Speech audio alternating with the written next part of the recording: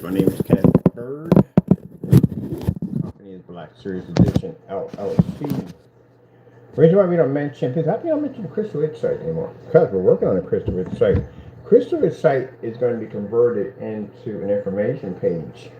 We're not going to be selling anything on the site anymore. It's just strictly going to be for information, how to do this, reviews on products like projectors and stuff like that, knockoff projectors, all that stuff like that. And on top of that, we're still going to be using the no you don't, no you don't, no you don't, no you don't. We know the rules behind that one. You know better than that. Behave. The minute the camera comes on, let's do something stupid. Wearing blue today, and he knows when I'm wearing darker colors not to rub up against me because his hair transfers me in a hot second. Anytime I'm wearing lighter colors, he does not touch me with a 10-foot. Oh, no, he does. No, he don't. You don't touch me when I'm wearing lighter colors. Only when I wear the dark ones. What, you don't have enough evidence that I own an animal or a cat at the end of the day? Or 40 million pictures in my cell phone of you constantly all the time in my phone. You literally show up on camera all the time, as a matter of fact. Introducing Taco the cat. Taco. Taco. You want to be on camera all the time. Taco. So you know what? I don't need this. I need this frustration from this human. Look at his eyes going a different direction. Boy, cats got sarcasm and everything else down packed. Just saw it all. Anyway, so yeah, we work about 6 days a week.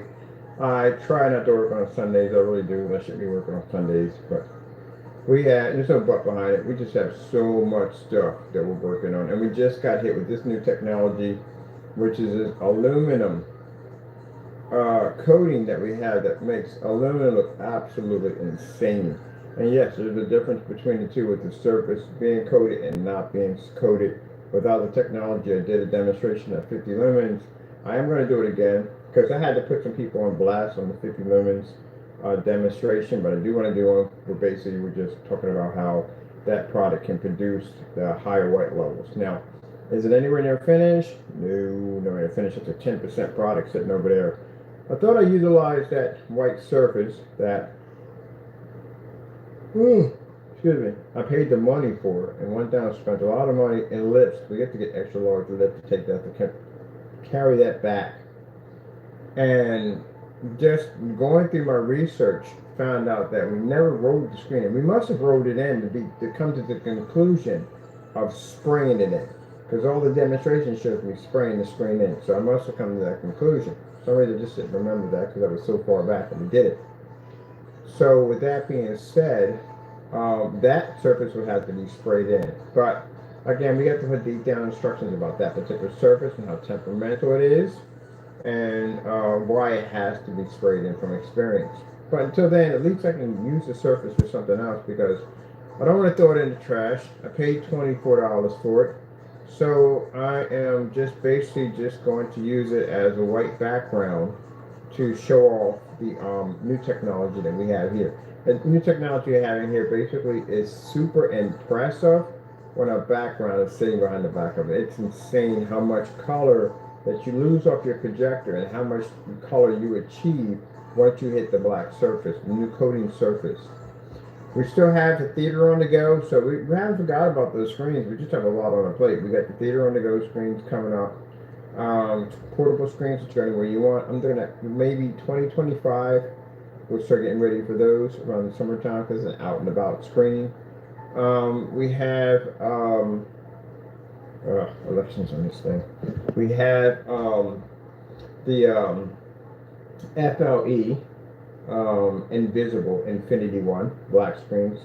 That's some of the technology I'm using over here. It's a screen paint that allows you to be able to control your screen's invisible capabilities, whether you want them lighter or whether you want them darker. So it has that capability. I'm using it on a clock over here.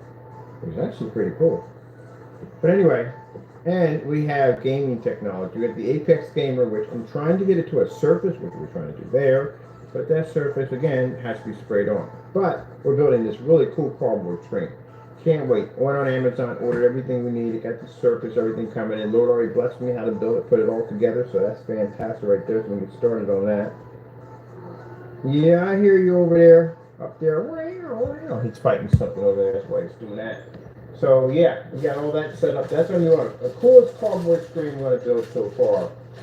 And actually much cheaper than what I just spent for this surface over there, including the transportation to get from A to B to get it over here. Summertime will be coming up. Well, no time soon. We all know that from the door. But when it does come up, we already got our permits. Everything's locked. It takes a while for you to get permission to be the report out in the park. And not only have to show your license and everything else under the sun, but it takes a while because there's other people on the application sheet along with you. So we already got our go-ahead. Took a bit, but we got our go-ahead. So this summer we'll be all out in the park. I got a crew I'm bringing in. I got some people coming in with me to help me carry the equipment and everything, do the recordings and all that stuff. And I got some nice pretty ladies that are going to come in and advertise some of our stuff for us. So it's going to be great. I cannot wait. And we got to bring some people in that can speak Spanish so that way, you know, in this community over here, we have a high population of Dominicans and Puerto Ricans, Mexicans, and stuff like that over here. So we want to make sure that everybody can understand what we're selling, and that's why we brought in some other people to help us out with this. Did you literally just take that with you? You did, didn't you? Gee whiz. Hey, Taco, come on, man. You're doing too much. Come on.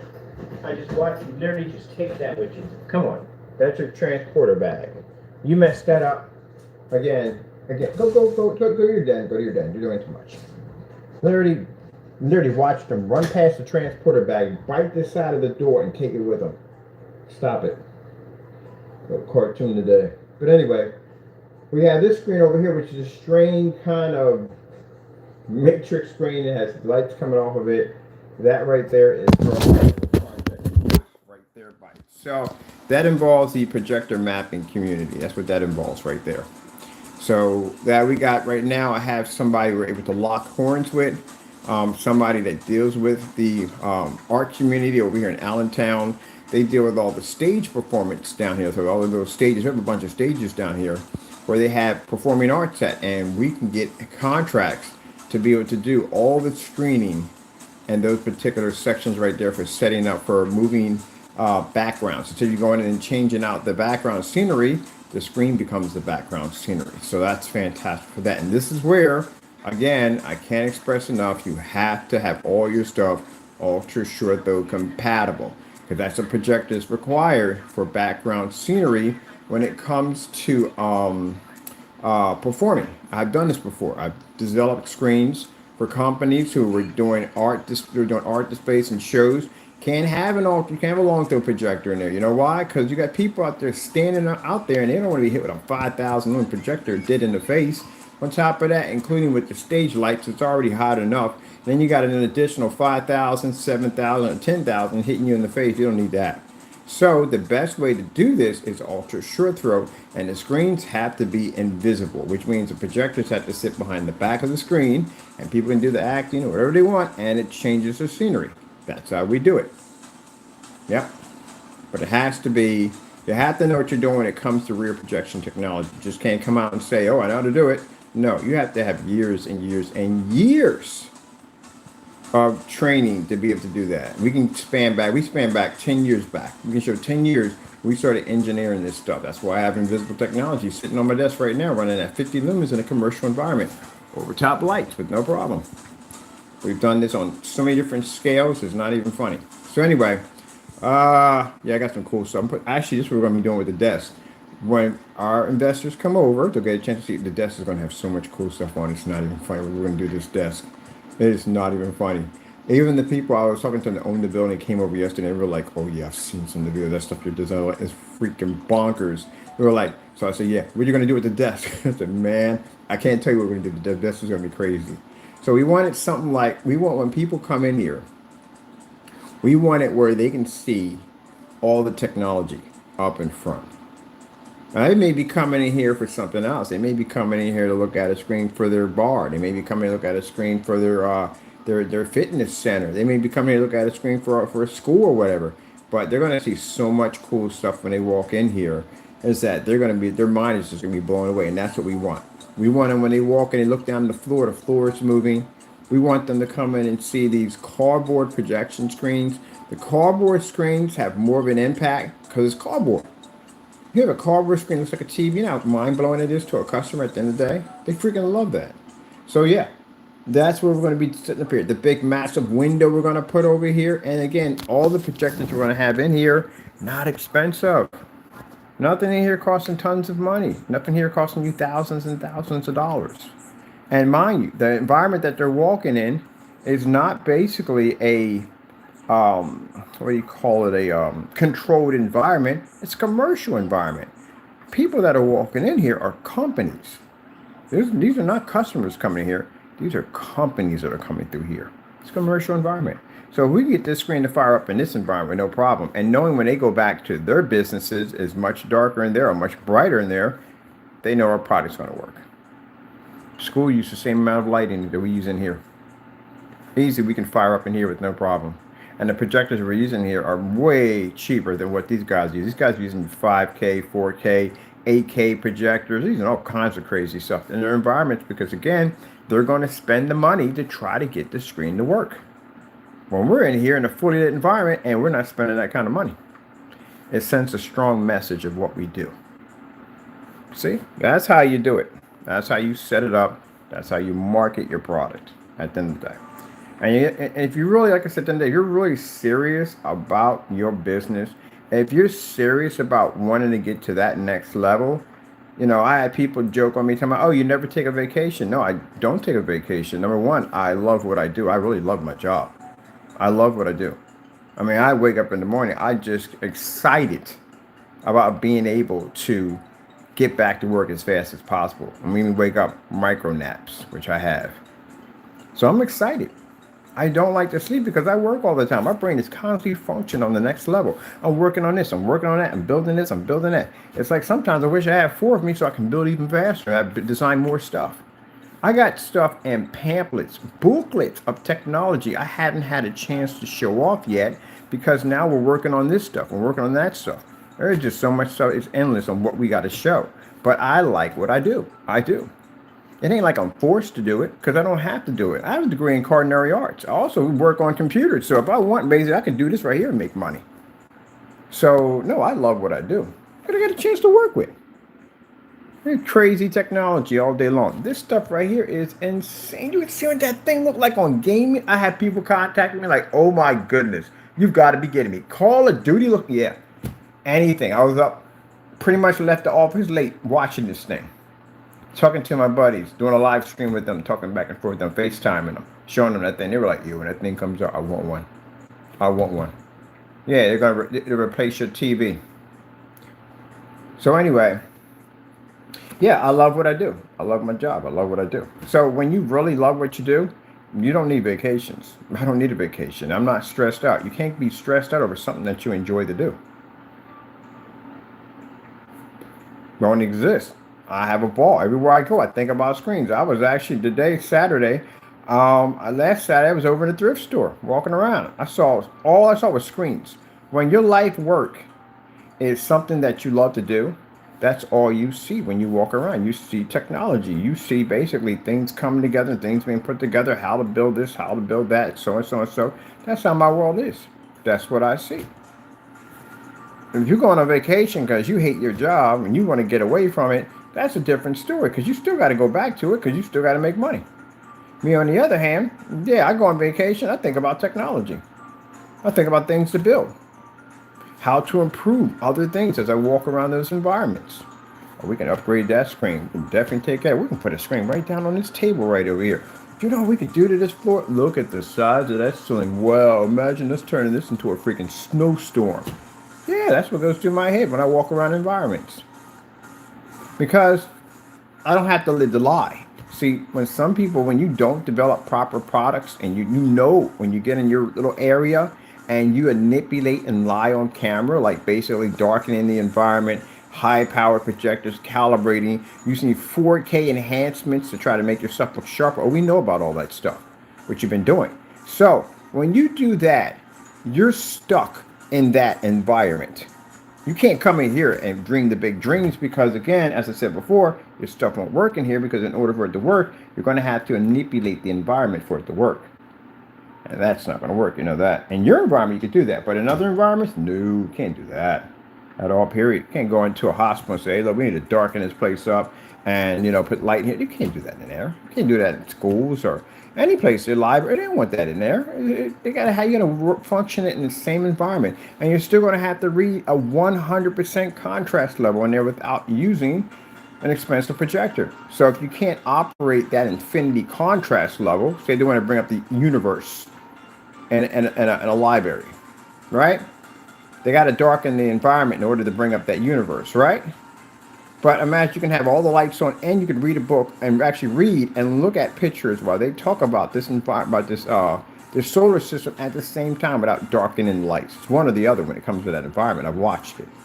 So how can you sell your product in an environment that they have to do the same thing that they're already doing? So wait a minute, what's the improvement here with your product? Can we have the lights on while we basically read these books, while we talk about how we have a lecture on this product or a lecture on this solar system? And you say, oh, no, really, we have to have the lights out, it has to be in a controlled environment. Then what's the point of me buying it? Now, our technology, we can show black, outer space, and you can have all the lights on. You can read right through your books and go through your lectures and talk about this talk about the solar system and everything while you have the lights on. Big improvement, massive improvement. If you're using a gray or white screen and you're basing that environment in order to pick up the contrast levels somewhat decent, how much money is the projector going to cost you? What they're going to tell you, well, you're going to need a projector with an extremely high contrast, probably about, I'd say roughly 2 million to 1 in order to get this to run. Maybe 3 million or 4 million, depending on how much light you have per square inch in the environment, how far the projector sits back. They start getting into that crap at the end of the day. So if your projector sits back so much, how much light it has to travel to go from A to B, then how much light you have per square inch in the environment, means on how many lumen counts you're going to need to require that. Keep in mind, when you have a venue projectors, and venue projectors are something like 20,000 lumens. So 20,000 lumens, the reason why they have such a high lumen count is because it's a sacrifice field when it comes to those big boy projectors. They know they're going to drop lumens on this machine. They know it from the door. If we drop it back 30 feet, we can lose at least a minimum of 10,000 lumens out of 20, depending on how much light we have in the environment and how far the projector sits back and where the distance has to travel. Now, for those of you saying, well, once you do this ultra short throw, you have any idea what an ultra short throw lens costs for a venue projector? It's very expensive. So some people would just rather just go with the long throw and they'll just calculate exactly how much light that projector or lumen count the projector is going to lose before it makes it from A to B. Now, say the screen on the other end requires a minimum of maybe 2,000 lumens to trigger. Not to see anything gorgeous or beautiful, just to be to show an image on the screen. Doesn't mean it's going to be fantastic. Doesn't mean it's going to be breathtaking. It's just going to be some shadow or whatever nonsense is going to pop up. At least you can actually see it. That's what they're counting on. Because once they turn the lights out, the image is going to improve. That's what they have to deal with. So you drop your projector back. You figure, okay, 20,000 lumens. Well, it's 15,000 of this, depending on how much light we have in the environment. So in order to keep our lumen count a little bit stronger, we have to now control the environment. Ambient light controlled. There you go. Did they ever explain it to you like that? No, they didn't explain it to you like that. They just go ambient light control because they don't even know exactly what they're talking about because they don't do the research, they don't crack books. If I read something on ambient light rejection technology and why do venue projectors have such massive amounts of lumens, what is all this for? I'm going to go research it. Figure out why it does this. Because I have to talk to companies all the time and I explain sometimes people that are new that are getting venue projectors, I explain to them why. But in our case, we don't require high lumen projectors because we don't need them. Because our screens can generate a tremendous amount of high lumens, which means it's not high lumens, high gain, which allows us projectors that even in eco mode can fire up in fully lit environments, even at 50 lumens. There you go.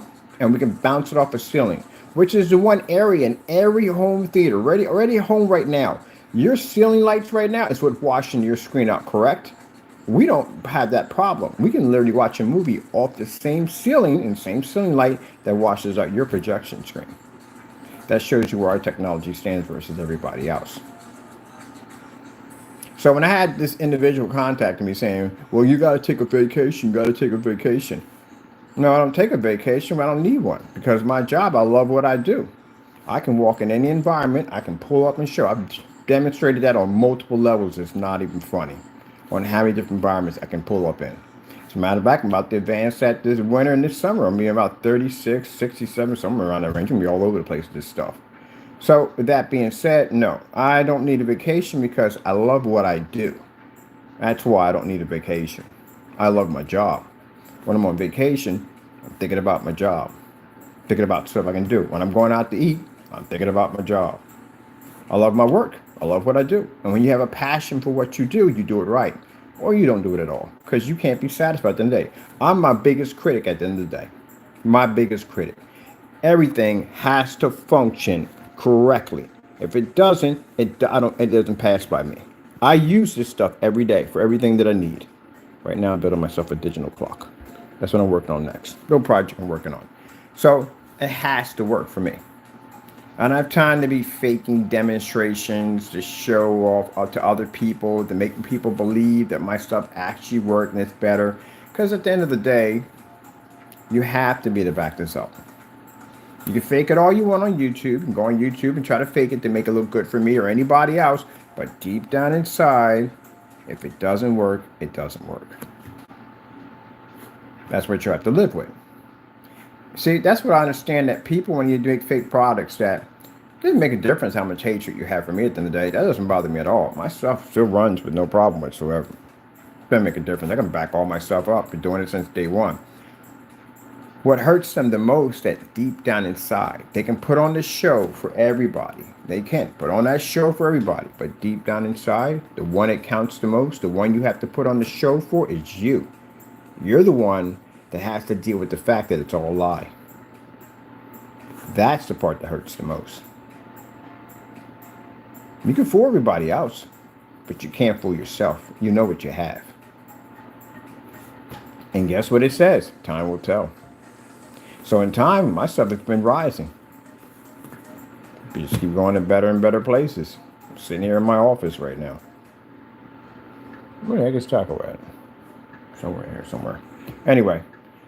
Yep, sitting in my office, just getting ready to get some work done, go out and get something to eat and go chill out the park and stare at the squirrels. And then after that, I'm gonna go check out some places. I want to go do some demonstrations and pass out and fill my business cards. They always ask me where I'm located at. I let them know that where I'm located at, and I told them that we're going to be setting up over there pretty soon. I got a couple other places so that we can come into the technology. God planned all this for all this to work out. When I was in the garage, we're in the garage, we got FLE technology.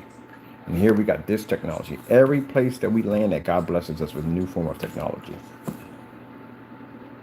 And you can't have those excuses. Going on vacation? How are you going on vacation that many times and your product looks that bad? No testing, nothing. Let me explain something to you. If you really did a good job on your products, I know people make poor products. If you really did a good job on your products, you wouldn't have any time for vacation. You'd be working all the time. Anyone I've seen try to start a business or about to start a business, those people work like dogs. They work 24 hours around the clock. Work. Whether they're saving up money for a company, you see somebody come in, they get all the overtime. They come and apply for all the overtime because they're working for something better. They put that sacrifice in now, and then later on, they can sit back and they can just relax. Me, on the other hand, I'm a workaholic. So basically, I like to work. I did the same thing when I was in computers. I worked day and night. I like my job building computers and designing them. When I was working in culinary arts, I worked 6 days a week, half days on Sundays. I like working around food.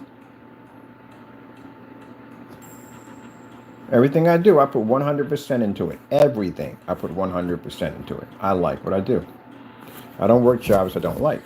If I don't like it, I don't work it. I have worked jobs I couldn't stand. I quit. Don't like it. But that's the option I have, because I'm not trying to be rude here. I don't want anybody to get mad about this, but I don't have kids. So, yeah, I can walk off a job in a hot second and go, bye, because I don't have really any responsibilities. Yeah, that's one of the plus sides on that one. Just walk up and leave. Oh, I had pit bulls, but those were my kids. But at the end of the day, yeah, I had a couple of jobs I didn't like. I used to laugh, but nope, I don't want to do this. It's not for me. It's not something I want to do. I want something else. So I found something else. I like that, and I worked there. Yeah. People get mad at you about that, too. I see two things that people get mad about. People get mad when they see women that have 3 kids and they got a flat stomach. It's their metabolism system. I know a couple of females like that. I know from got 4 kids and her stomach is flat. I'm like, you had how many kids? Like, really? None of it shows. She got no baby fat at all. Period. Not a thing. Nothing. 4 kids and her stomach is flat. Like, you work out, you train, and like, no, I don't do any of that stuff. I don't work out and train none of that. All period. I'm like, metabolism system. They burn it faster. Some people like that. And it's messed up, but they'll get a lot of hate. They'll get a lot of hate at the end of the day, especially from other women. They'll get a ton of hate because they don't look like that. Come on now, people, are we that petty at the end of the day? Your next door neighbor drive a better car than you. He worked to get it. He worked hard to get it. He went out, he burnt the candle. He worked hard, he got himself a nice car. And every time you come out your door, you look at his car with a nasty face. You've been sucking a bag of lemons. We developed this technology. I see that hatred all day long. They contact us, they're angry. They do their YouTube channels, they're angry. They freaking flood our emails. We don't do the flood emails anymore now because the emails are being watched now. Federal agencies are watching emails now. Because we had to apply for all that stuff because they were hitting our accounts, so all that stuff is now used for evidence for court. But anyway, yeah, they get angry. But whose fault is it at the end of the day? You could have the same thing as that person has in the parking lot. Person has a nice flat stomach, you can get that. You got to work for it. You're just going to have to work a little harder, that's all. But you can get it. Ain't nothing impossible. Just get it done, that's all. Some people don't want to do that. Some people just want to make excuses. That's what they want to do. That's what these guys do. They want to cut corners, make excuses. They're not serious about it. And that's the reason why you're where you're at right now. So, gentlemen, the platform that I'm sitting on right now, that my Lord and Savior put me on, this platform is an open gateway for companies to come through. And the contracts that companies carry are $1 million contracts. That's what we're sitting on right now. Even the people who own this building are millionaires. And they're interested in this technology. Their connections are interested in the technology. Every place that we walk through down here wants our technology. Couldn't bring them to the garage. No, we couldn't bring them to the garage at all, period. It wasn't the time. Lord had everything set up on how it had to be. That's why so when you see the naysayers came in to run life, oh, he's in the garage, his life must be over. It's just that and the other. Boy, the devil tells you the dumbest things, doesn't he? The devil knows what the Lord has plans for us, and some things he doesn't even know at the end of the day what he has plans for us, but he knows if we're involved with God, it's going to be good. But he went out there and made you guys look like a complete idiot, doing all these memes, doxing the addresses and all that stuff, which again, criminal charges were filed against you for all of that. So you're going to go to court. Judge will see all your actions from there. But all that to make false claims about me saying that, 14 years of work and he ended up in the garage. At least at the end of the day, when I say that I'm moving someplace, I don't lie about it. I actually back it up. So in a garage, which I chose to go to, was not forced at all. I liked the garage a lot. It was very quiet. Got a lot of work there done. A ton of work there done. And meanwhile, accumulated a ton of evidence on the individuals that we need to get to court. Win-win. And now I'm in an office where we're going to be setting up our technology everywhere. You know how close the airport is to this place at the end of the day? Do you have any idea what an airport contract will get you at the end of the day? These are $1 million contracts. So what my Lord had plans for us was, once we left the garage and our foundation was set in, everybody who walks through that door is worth hundreds of thousands of dollars. Not one customer of making $500 or $400 or you guys $60. I'm talking about $100,000 contracts. Because once we do one store, we do the whole entire chain of stores. We're in a professional office building. Very professional. So what are your clients going to do? Walk through your apartment at the end of the day? Walk through your house at the end of the day? Can't use that stuff you guys have in a commercial environment. It doesn't work. We're going to do darken the environment when they come in. Products don't show up the way they're supposed to. Your stuff can't go outside your environment. Your little area that you have it in for testing and all that.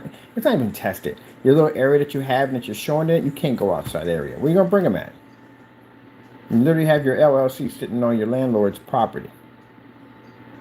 Man, that's delinquent LLC. It's not even legit now. It's delinquent LLG. That's our LLC. So that shows that your business is not in good standing. You don't have limited liability insurance coverage on you. We hit you, your company right now. We hit your company right now, or we are hitting your company. You can't cover it. Your insurance can't cover it because you're missing documents on it. And mind you, they're going to dig that up too, by the way. It's the only way that's going to be dug up. So when we sue his company, bottom line, for basically all the stuff he's been doing, they're going to look into the LLC. Because it's limited liability. That's what it is. And to find out that you have documents missing, which we can come back then and go, oh, yeah, I forgot about that. There you go. This is the reason why documents are missing. His company is really not that old. His company's really not that young. His company is actually about almost 6-7 years old. He marched 5 months. Gee whiz Louise. Oh, you got to do it right. You can't see cutting them corners. You got the LLC for us. That's what he got. He didn't get it for himself.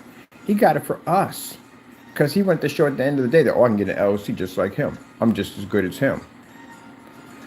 You didn't read California's policy lines on LLC requirements for documents and paperwork. Basically, you guys are required to do something called a statement due date. California is the only one that has it. All the other states don't have it.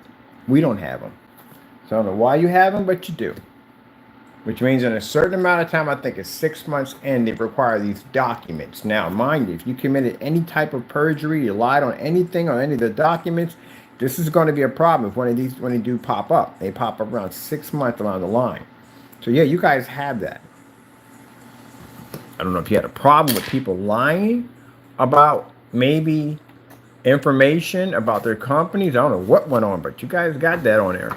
No other state has it. I checked. I looked around.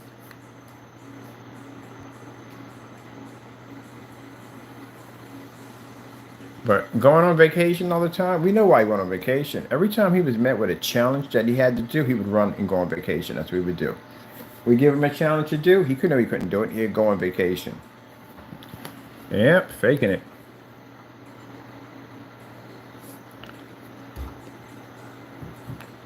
Gee whiz Louise.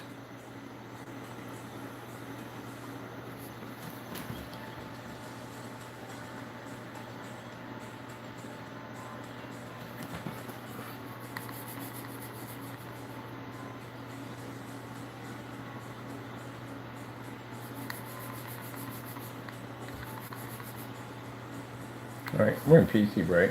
We should be in PC. Let me see. This is why we don't let the cat race around in the area too fast, because he basically knocks up cables and wires and stuff. Taco electrician. I'm ready to go check. Electrician on it. Electric. They're always knocking out my stuff. Let me go check. Oh, this cat. Why? Touch the cable. I would appreciate it. Oh man, I'm gonna run this off the PC. Let's see what's going on, why she's not. Mary, my projector is super, super old. I prefer them this way because I like older machines. There we go. There we go. I prefer older machines. I like the older machines. You know why? Because more of a challenge. You challenged me if I'm using a high-powered projector. I don't want that. That's what we need. Need something a little bit harder. Yeah, so you gotta. People work. I watch people work on their birthdays. Matter of fact, my birthday's tomorrow. Guess what I'm gonna be doing? I'm gonna be working. I got technology to engineer, and it's interesting because after I achieve my 200 acres and my custom-built little luxury cottage, which I'm gonna build, and yeah, there's a truck I want, and I'm gonna be blessed to get it. It's a $400,000 truck. It's a military vehicle that I like and I want. Of course, they're going to send me a little bit more than that because I got to send it over to Texas because I got some people over there, and they're going to basically do some special modifications for it because that's what I want. Probably when you get a chance to drive with freaking micronaps going on and everything. I gotta see a psychiatrist for that. Maybe you can fix it. I don't know, it'd be kind of cool if they could. I do like to drive that truck. But I'm still getting it anyway. But anyway, so even when I'm up there on that farmland up there working, I will be working. Yeah. You think I'm just going to sit around and just look out in the sunset? No, I'm going to be working. I'm going to be building stuff when I'm up there. Because again, there's another part of me that wants to study more on hydroelectric energy. I'm fascinated by basically using our sources or versions of energy that we have, free our sources, to convert that into power. I'm obsessed with that kind of stuff. Even like the environment, growing your own food and stuff like that, designing your own fertilizer. I even did that test in my backyard. People used cat litter as a form of fertilizer. Now, I wouldn't use it for food, so to speak, but for growing flowers. It's freaking amazing. And that's another thing, too, I've been studying how to grow better flowers, because I like flowers. I love them, especially when you get the wildflowers. They're gorgeous, and they attract the most beautiful butterflies and fireflies. So that's what I've been doing, studying all that kind of stuff on the side. So yeah, I'm interested in that kind of stuff. Why don't we have cities that are underwater, or different ways how to build and construct? I like that kind of stuff. I'll build miniature cities and figure a way how to power these things underwater. That's where my brain goes most of the time. So even when I do finally retire and I do land on my little piece of land and I can go out there, I'll be out there building stuff. So I'll be dealing with a different class of people. I'll be dealing with engineers and stuff like that. It'll be a different group of people I'll be working with. And now the screen paint, well, somebody else will be running the company. I'll just be getting paid, with dividends off of it. You got to pay me a large sum of it. So, yeah. And I'll just be out there working on something else.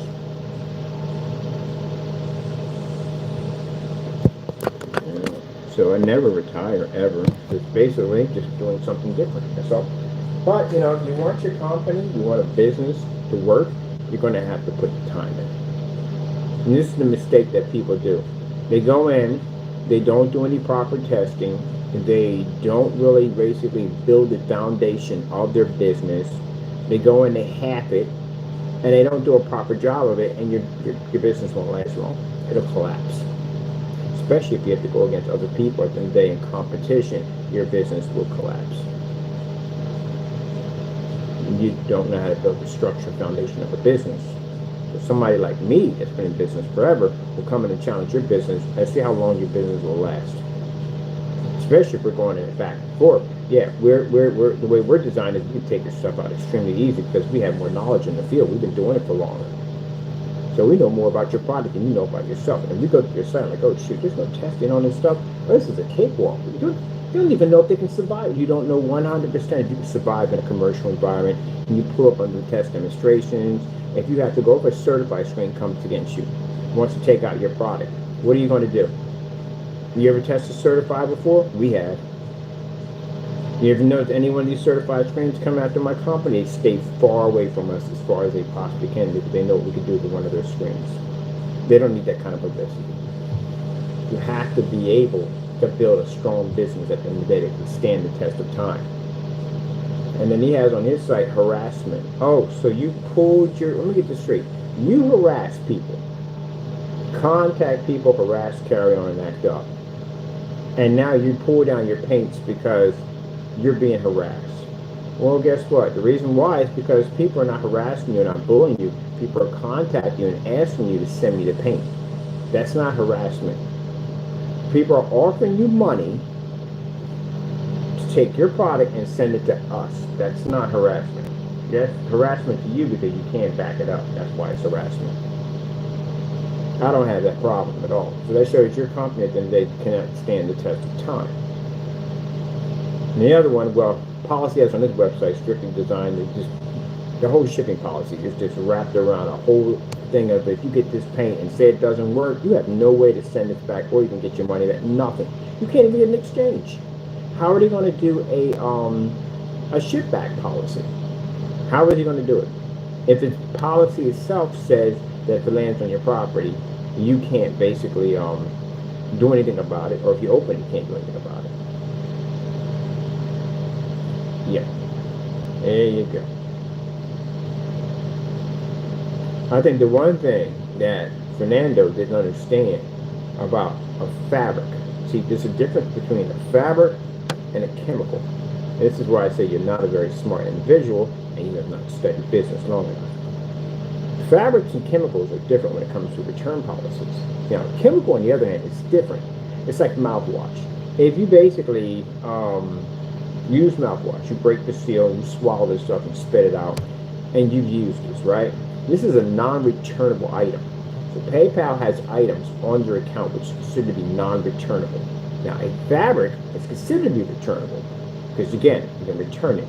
But there's certain guidelines within the fabric that make it unreturnable, which you don't have on your basically your page, which means a customer can get it and look at it and go, no, I don't like it, it doesn't work, it comes up too gray, it washes out, can't use it in the food environment, we don't want it, and send it back to you. And you would have to refund their money. So what would you say? You can't refund their money. You're saying that it's non-returnable. Paint is a non-returnable item through PayPal's policy, due to the fact that you cannot return the item in which in the same state that the item was shipped out. Which means if you even use the product, it's not, you can't get it back. This is why we have the return policy in there to help our customers. Say my customer buys the paint, and we say, okay, ship it back to us so we can run the test and see if it's working. This is why your stuff has to be tested, because you can't even help your customers out. On top of that, you can't weed out individuals that are trying to do harm to your company because you never tested your work. So with that being said, I've been with PayPal over 14 years. We know their policy back and forth. So I know under the policy that PayPal has, if you're selling an object that's not perishable, that's something that can be returned back in the original state in which it was shipped. Now, once the item comes back to you, you have to show pictures that it did come back exactly the same way. This is like a pair of sneakers or whatever, like something like this, right? So this is something that there's no way in the world it shouldn't come back the way it's supposed to come back. It's remote control.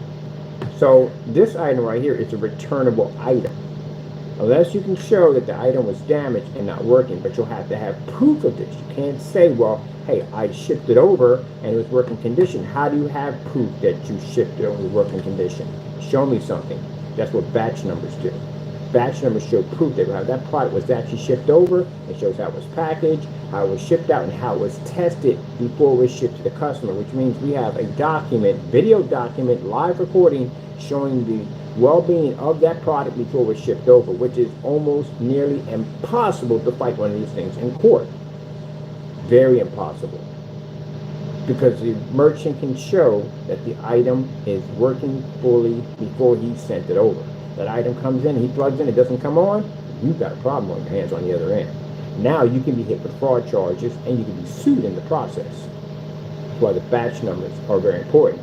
Now for a customer who's buying, this is also a benefit for them because it gives them a guarantee that the product's working before they ever bought it. So you know from the door that when you look at your timestamp date, it shows right there that your product was tested before it was shipped to you, so it worked perfectly fine, and you came out of a 5-gallon container, which means 5 or 10, I'll say the larger container, the better. It's harder for a person to say, hey, look, well, one of these came out green when the whole entire product is actually all orange. Hard to get around those. Instant lawsuit right from the door. For customers, at the end of the day, it gives them a guarantee that the product is working. And then we go a step farther. We can request a ship back. Now, some people, if they haven't been tampered with it, they will fight the ship back. They will argue with us.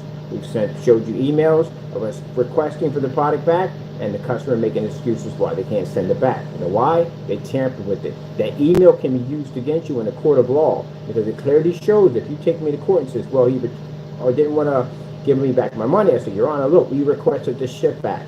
What's the ship back, Mr. Bird? Basically, we ship the item back here. The customer brings it back here. We test it on a YouTube Live again to show that the product is working perfectly fine. Well, why did you send the item back to Mr. Bird once he requested the ship back? There you go. You're in trouble right there. What did you do to it that you didn't want to ship it back to us?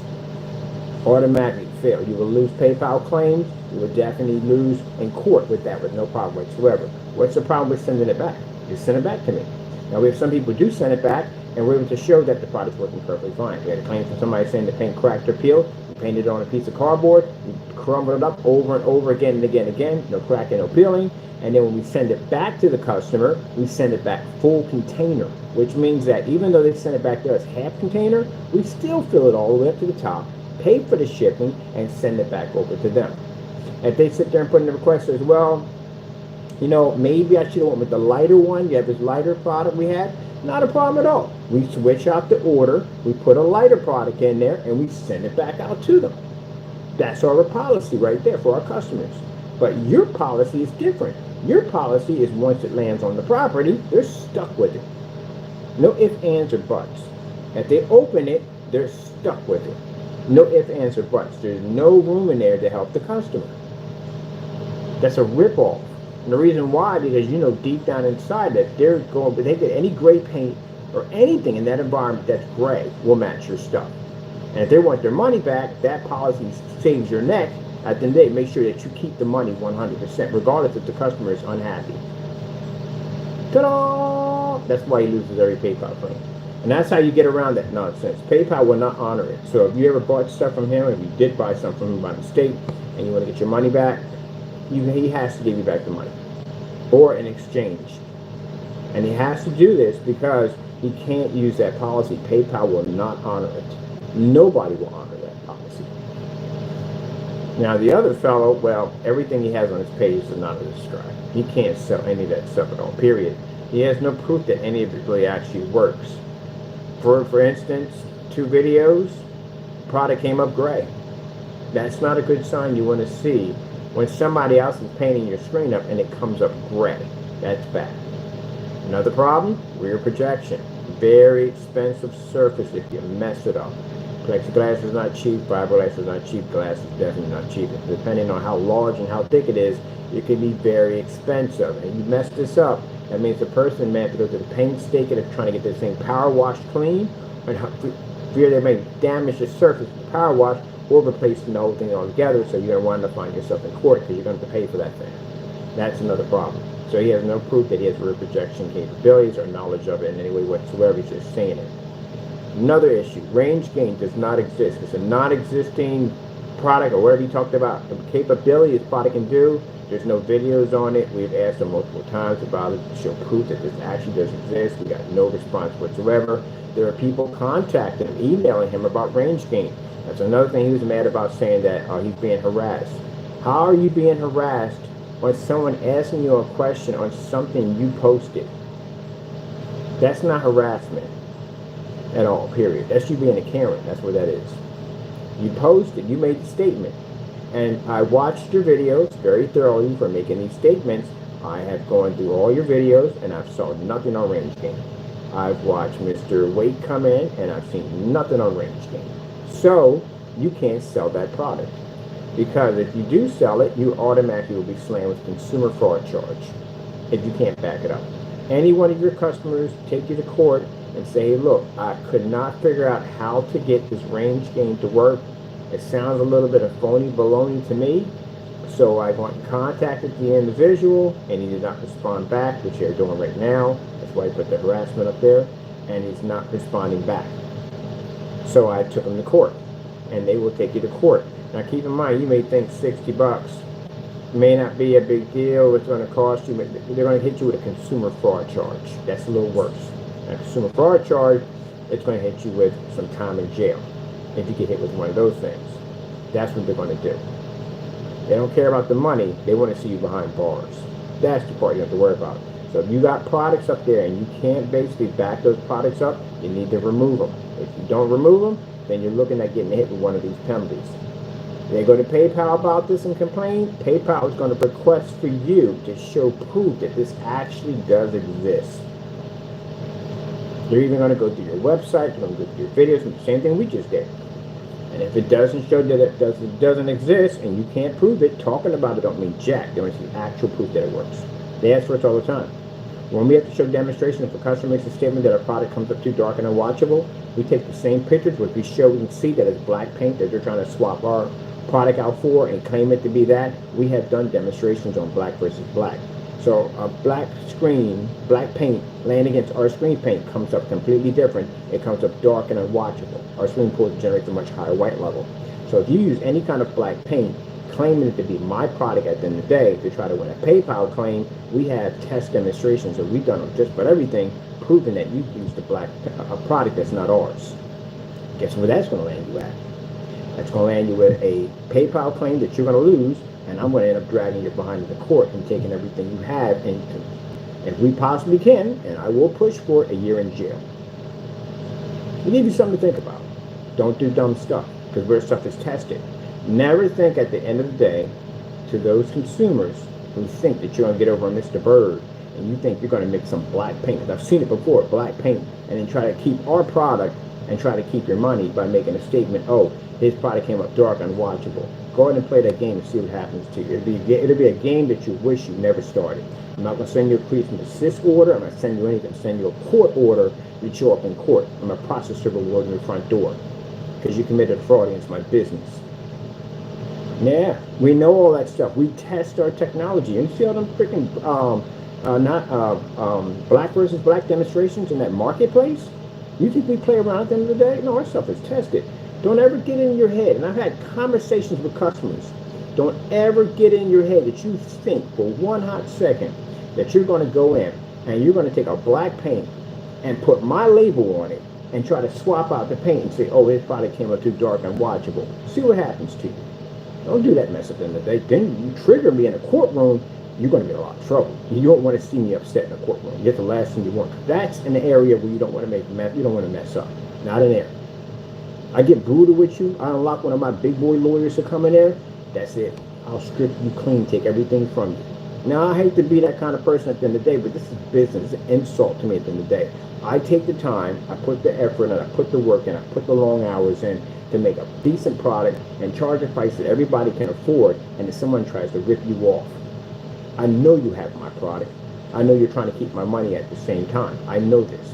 And I can back my product up. And you think at the end of the day, the devil's going to tell you, oh, put a black paint in there. He won't be able to tell the difference.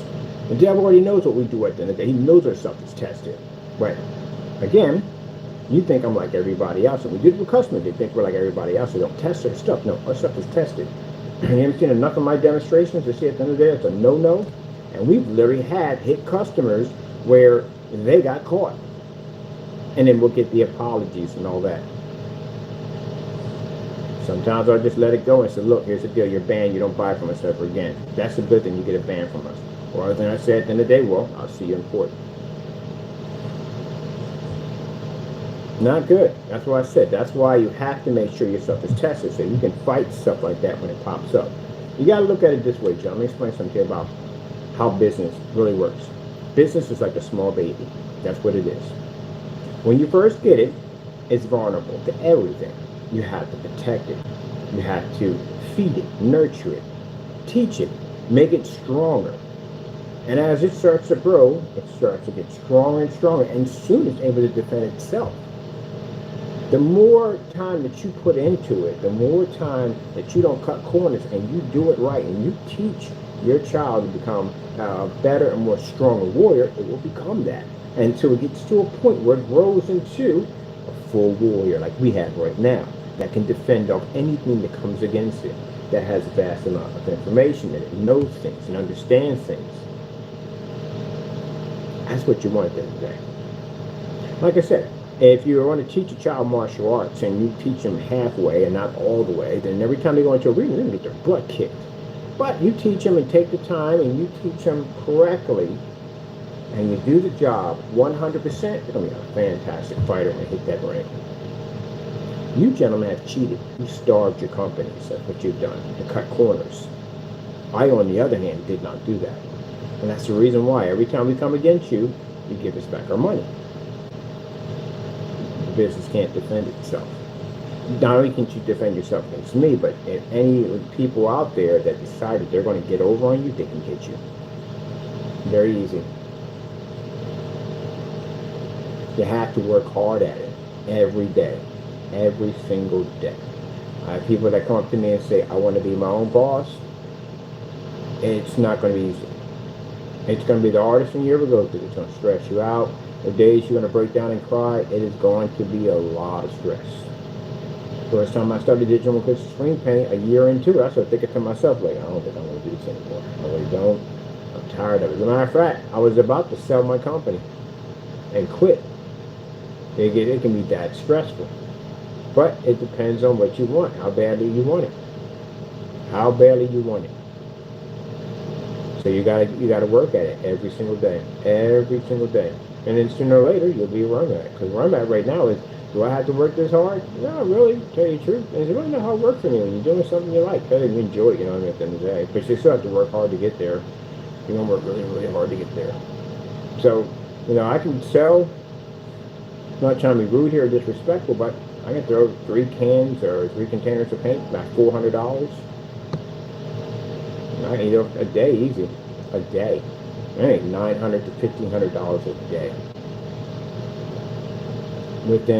When I sleep, sometimes when I come up out of a micro nap or whatever, I get some time to shut down a little bit, throw on my VRs, go into my AMSR and relax, and come out of there.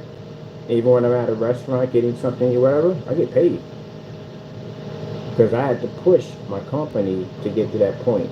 I had to sit on a computer and I had to go through a search engine optimizer to watch me do one of those things, and I had to basically document every single thing on the page. I had thousands of pictures on my website, thousands of them, and I had to basically go and doc the same my web address on every single one.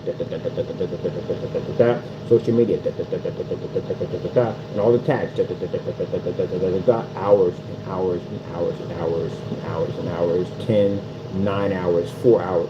When I was on the site doing updates, it was like 7 days, 4 hours a day doing nothing but updates.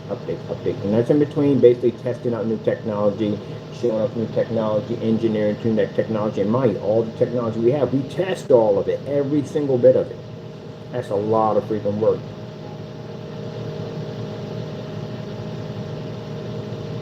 And consider the fact that all the work I had to put in to build a name for the business. It's hard to build a business with a company, especially when it's online. You got to prove to people it works. You got to have a ton of demonstrations to do it, a lot of them. And they have to be insane demonstrations. And then with me, like I said, I'm my worst critic, so I got to challenge myself at the end of the day. Like building scaffolds outside your windows and sticking thousands of projectors out there so the sun can drench the projector and kill off the lumen count. By the time it transfers through a window, travel 13 feet, hit a screen to a 1,000-watt lamp and pull up on a window and start pull up on a screen. Yeah, that crazy stuff like that.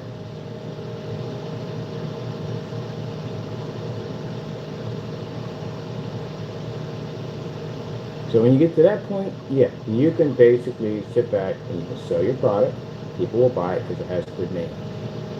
But you have to remember too, it's not going to be that easy, because then you're going to have people at the end of the day going to try to take what you have.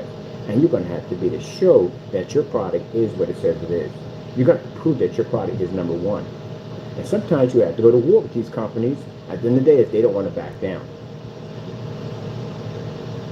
Now, gentlemen, I explained to you, I don't know why you even come on YouTube mentioning my name. You have cancellations.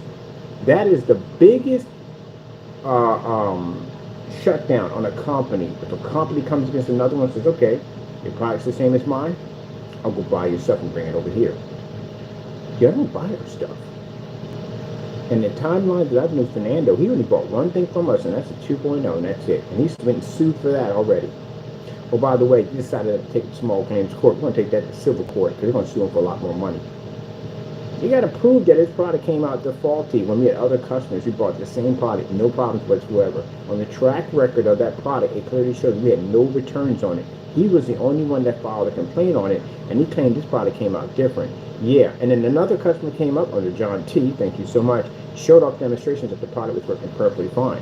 So that's an open and shut case, Mr. Fernando, which means you're going to owe me $150,000. That's what I'm going to sue you for touching that paint and making that false accusation. And anybody else who's involved in that also too. Lawsuits are coming. Oh, can't be that dumb. But he is. He's literally that dumb. Anyway, that's the aluminum technology. So yeah, you have to be, you got to understand companies are going to come against you. They are. They're going to come. Whether you're real estate, I don't care what you are. They're going to come against you at the end of the day. Whether you're a restaurant, whatever, they're going to come against you.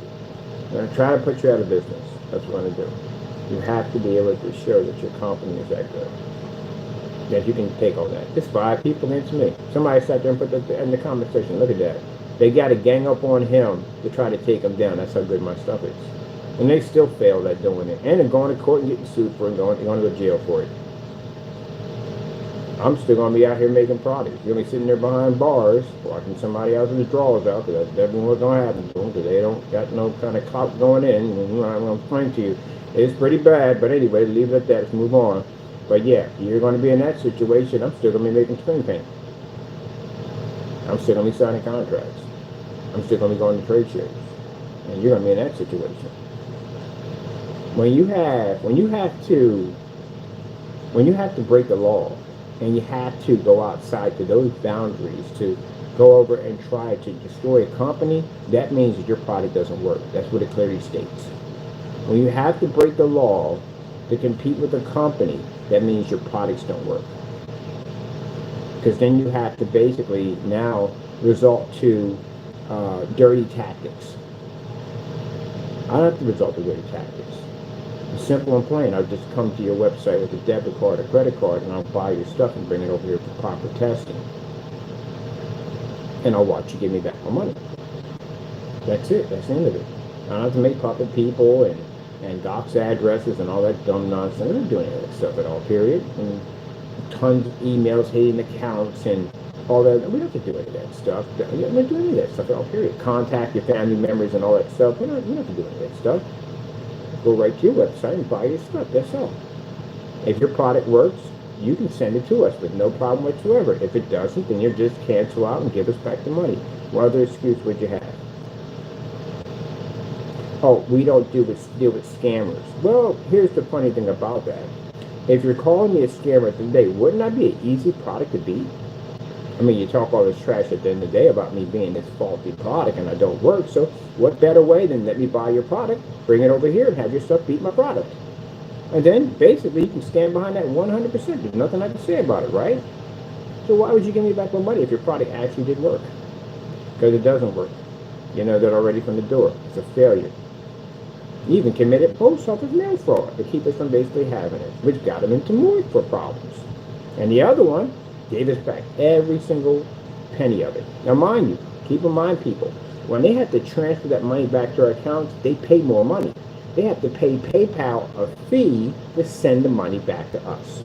So not only did they send us money back to us, but they paid PayPal too for every transaction. Does that sound like somebody that can back their products up? Nope. There you go. And what did they do? Did they put the time in? Did they put the work in? No. None of your stuff is tested. That means you really didn't put the time in, you didn't put the work in, and you made a whole bunch of excuses. You thought that you can come on YouTube, do some fake demonstrations, keep it low key, don't do any work at the end of the day, talk a whole lot of trash, and rip people off and make some money. We stopped that one, didn't we? Now you can't make anything at all. You can't make a dime. Nobody will buy from you. Mess with the wrong company at the end of the day. Could be worse. It could be one of those big high-end. If I was a big-end corporation, we wouldn't even have gotten that far. First minute you would have mentioned my name, you would have saw yourself sitting in the courtroom. I think what we did is probably much worse because we exposed you. Contact yourself. Bet your stuff right now. It's still sold out. Go to your website right now. It's still sold out. Well, I know already because my people contact me back and we're like, yo, and you knew that. Nope. Still locked down. Yeah, okay. We're used to this. We see them all the time. He ain't the first one. I had one guy actually send me over a can of paint with no label on it. Oh, what the freak is this? Really? No label? He took the label off. There's another person who was talking trash. The person called that solar something 3 screen or whatever. That was another person who was talking trash. Now, at first, when I was talking to him, he's a very nice person. A nice conversation with back and forth. Went into his channel a couple of times, gave him support for his products, real nice products they were. Don't challenge me at the end of the day. Don't go down that road, man. Come on, man. Keep it clean. Stay on your side. Don't do that. Your stuff gets destroyed easily. Can you imagine him going up against one of these right here? He makes a gray and silver product. Are you kidding me? That's why I said, no. And I gave him a nice little speech, like the guy from Dark Energy Abyss. I gave him the same speech. Here's the thing. Make your money, mind your business, and I don't know you. That's it. I don't need you. Keep in mind, gentlemen, I don't need to come in and springboard off your products to get clarity, to get credibility. We don't need you. The Certified does that for us. We're Certified to take out $5,000 projection screen versus a screen that costs $500. We get huge amounts of freaking credibility for that. Your stuff, no, your stuff's not even heard of on those sites. So, no, we don't need you. Do I see me copying your labels? No. Do you see me copying your specification sheets? No.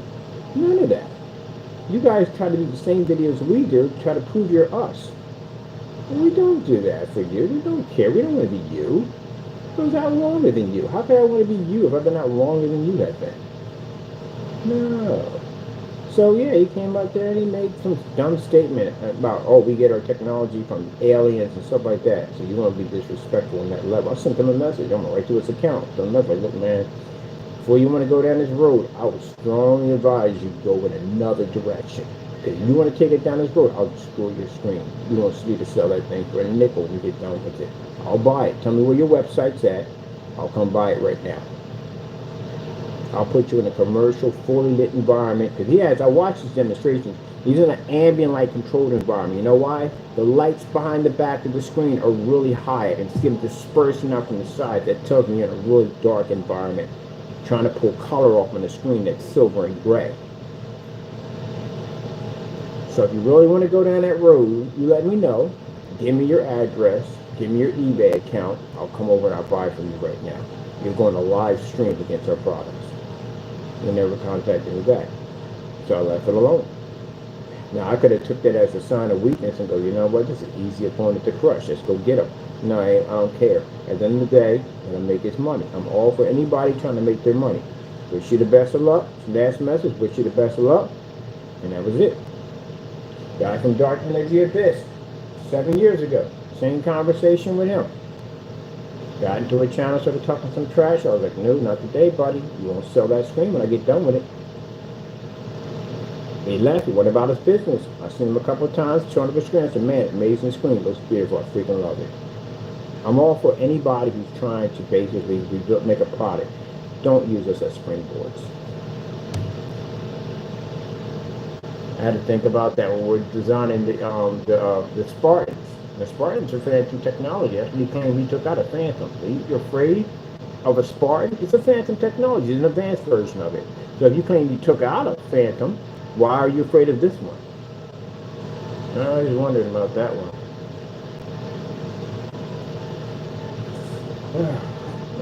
Oh, I'm loving this cloth. I'm making one of these for the desk.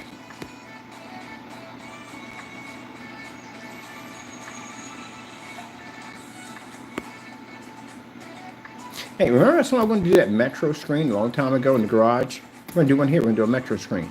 We're going to do the same kind of formula. Same thing. Give me a piece of plexiglass. It's going to hang with them. Oh, man. There's so much stuff I want to do. I can't wait to show you some of the stuff I want to do. So, I'm feeling around here. I'm thinking it's drywall. It's not. It's actually metal. This is all metal casing. So, we can do a levitating screen. We can do a levitating screen that we can see right through. Oh man, that's going to be sick. They're going to be blown away by that. And it's going to look like it's floating too. It's going to look like it's actually floating. And all that light's going to push right through it, and the projector will push right through it at the same time. Tell me that's not going to be sick. That's going to be absolutely sick. So yeah, we're going to design one. A levitating screen. And we're going to have it so it looks like it's completely floating in the air. I can't wait to shut it off. Well, like I said, baby steps, because we got so much stuff. It's going to involve this technology here. This right here is called the FRE Invisible Infinity 1. Black. Now, mind you, it has silver shade. It's actually black. It's a very light, invisible black technology, but we have it in a really ultra dark too also. And those technology is submersible, which means you can dunk them underwater. Remember the video I was showing you about on the table? The screen's going underwater? That's that technology right there. So we're going to do a larger sheet here, right there, but we're going to have it hanging, and it's going to be, because this is magnet. This is all metal. We can put heavy magnets up there to keep it up there. So we take a piece of plexiglass, we drill a hole here, and here, and then what we do is we put the fishing line there and there, and then we hook it up to these metal blocks. To get these metal blocks to have a little hole, you feed it through, and then we can connect it there and there, and then we can show the screen floating and watch images off of it. Is that cool or what? I forgot to put the thumb in. Is that cool or what? That's awesome. So I told you, always thinking about doing something. Always.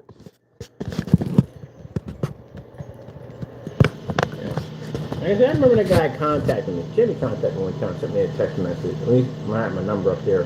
He was like, oh, you think you're God. No, I never said I was God. Not once did I ever say I was God. I said that I'm a servant of God. And that was twisting your brain up at the end of the day. Because you just couldn't figure out how in the world are they able to make so much product. And then they know they watch their testing.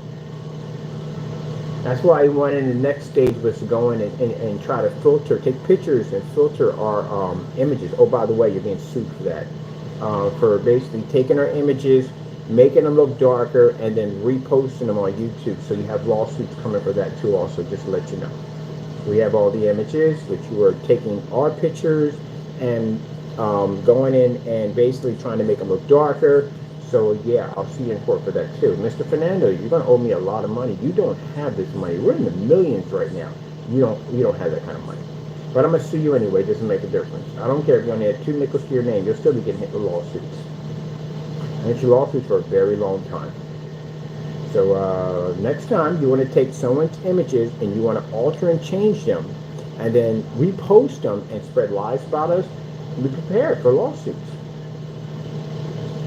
These are going to be very expensive. We get done with you, man. You don't have the money for an attorney to fight your cases to have big as lawsuits are. It's pretty hefty. He doesn't have it. So I don't know. That's his problem at the end of the day. Don't do dumb stuff. What's wrong with you? Ooh, I forgot I had this here. Huh. Alright, yeah, we get them wrong. Ooh.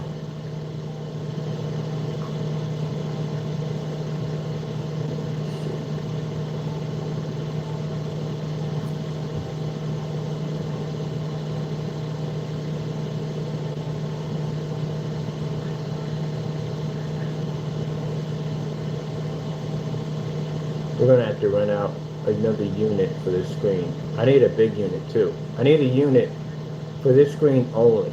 That's why we want it in there. Because we want to do something, we want a big white screen behind it, and we want the screen in the center of it.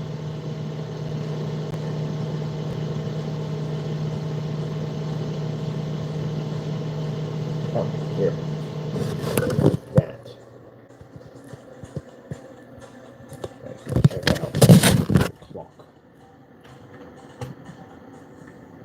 Now, the reason why we don't roll screens on, because we did 2 samples. One sample is a roll-on application, and the other one is a spray-on application. When you roll on a screen, and I explained this before, why you don't roll on rear projection screens is because you leave imperfections on the surface. This one was rolled on, so we have to show both of them. When I'm in showing off this technology, and these questions come up, and they say, well, can you roll it on? I said, no, you can't roll the screen on because it'll damage the screen. And they may say, well, can you show us why? What happens? See, this is the reason why you can't put stuff on your website that lead to nothing. By saying things like, well, you know, the product basically, at the end of the day, sorry about that, at the end of the day, where's more indigestion. At the end of the day, you can't use it here, you can't use it here, this is going to happen if you do this and that and the other. You have to explain why, and you have to show why. We don't use polyester tarps. I did a video showing us painting over polyester tarp, put it in water, and the paint came right off of it. That's why.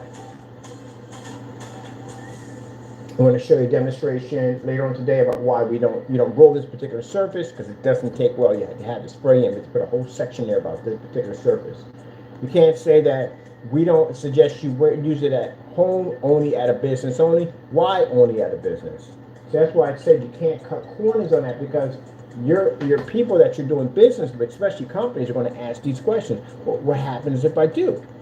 Because it's curiosity. What happens if I do that? It doesn't work on ultra short throw projectors. You have to explain why it doesn't work on ultra short throws. You get a narrow viewing home effect. There's a hot spot. You can't say that it doesn't work on something and then I explain why it doesn't, and fear that if I say this, then that means that people are going to look at the product as a lower class product. See, I told you, they develop products for us, not for anybody else. But if they put down, oh, it doesn't work on ultra short throw projectors, and I ask why it doesn't work on short throw projectors, because of hot spots. So that makes them look bad to us. But again, you have to tell why. Why does it not work on ultra short throw projectors? Why can't I use it only in commercial environments? You can't just, you have to show why. So the reason why we don't, when we roll these on, we have two surfaces, one that's sprayed on, one that's rolled on. This is a rolled on surface. You see all those little imperfections? That's what happens when you roll on a surface that's a clear. Any form of front and rear technology, or actually rear projection technology, has to be sprayed on. You can't come in contact with anything like a brush, a roller, or anything, because it'll leave an imperfection on the surface. When your roller hits, even if it's a foam roller, it still leaves an imperfection on it. So you can't do that. You put a little pressure on that roller, imperfection. You don't put enough pressure on it, imperfection. And it has to be sprayed on. Zero contact with any form of paint roller or paintbrush or anything, because it'll mess the surface up. And this is why I said the other day that I saw in his video, and I saw in his whatchamacallit, which we didn't see any videos on any rear projection, just one. I said he doesn't have enough to claim rear projection. Heck, they don't even have enough to claim outside environment. They don't have enough for that. But when he said roll on, I said no. You can't roll on them, because if you roll them on, it damages the screen, which means it causes all kinds of marks on the screen. I know, I'm an expert in the field of rear projection. I've done tons of these, or even on commercial properties. So you're going to tell me, a person that's an expert in the field, that you know more than I do, by making a statement by saying that I don't know what I'm talking about. All right, how about Mr. Danny? Let's match videos. My videos versus yours. Let's match some videos. How much I know versus you. Yeah, you would get crushed in that. All right, then. That means I know more. And with me knowing more, I can drop back 10 years and show you demonstrations on rear projection technology, even a rear projection technology we designed that actually peels off the glass.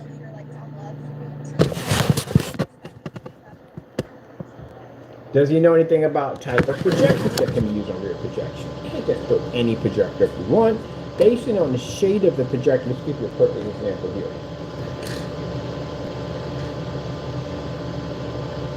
Can't use any projector that you want.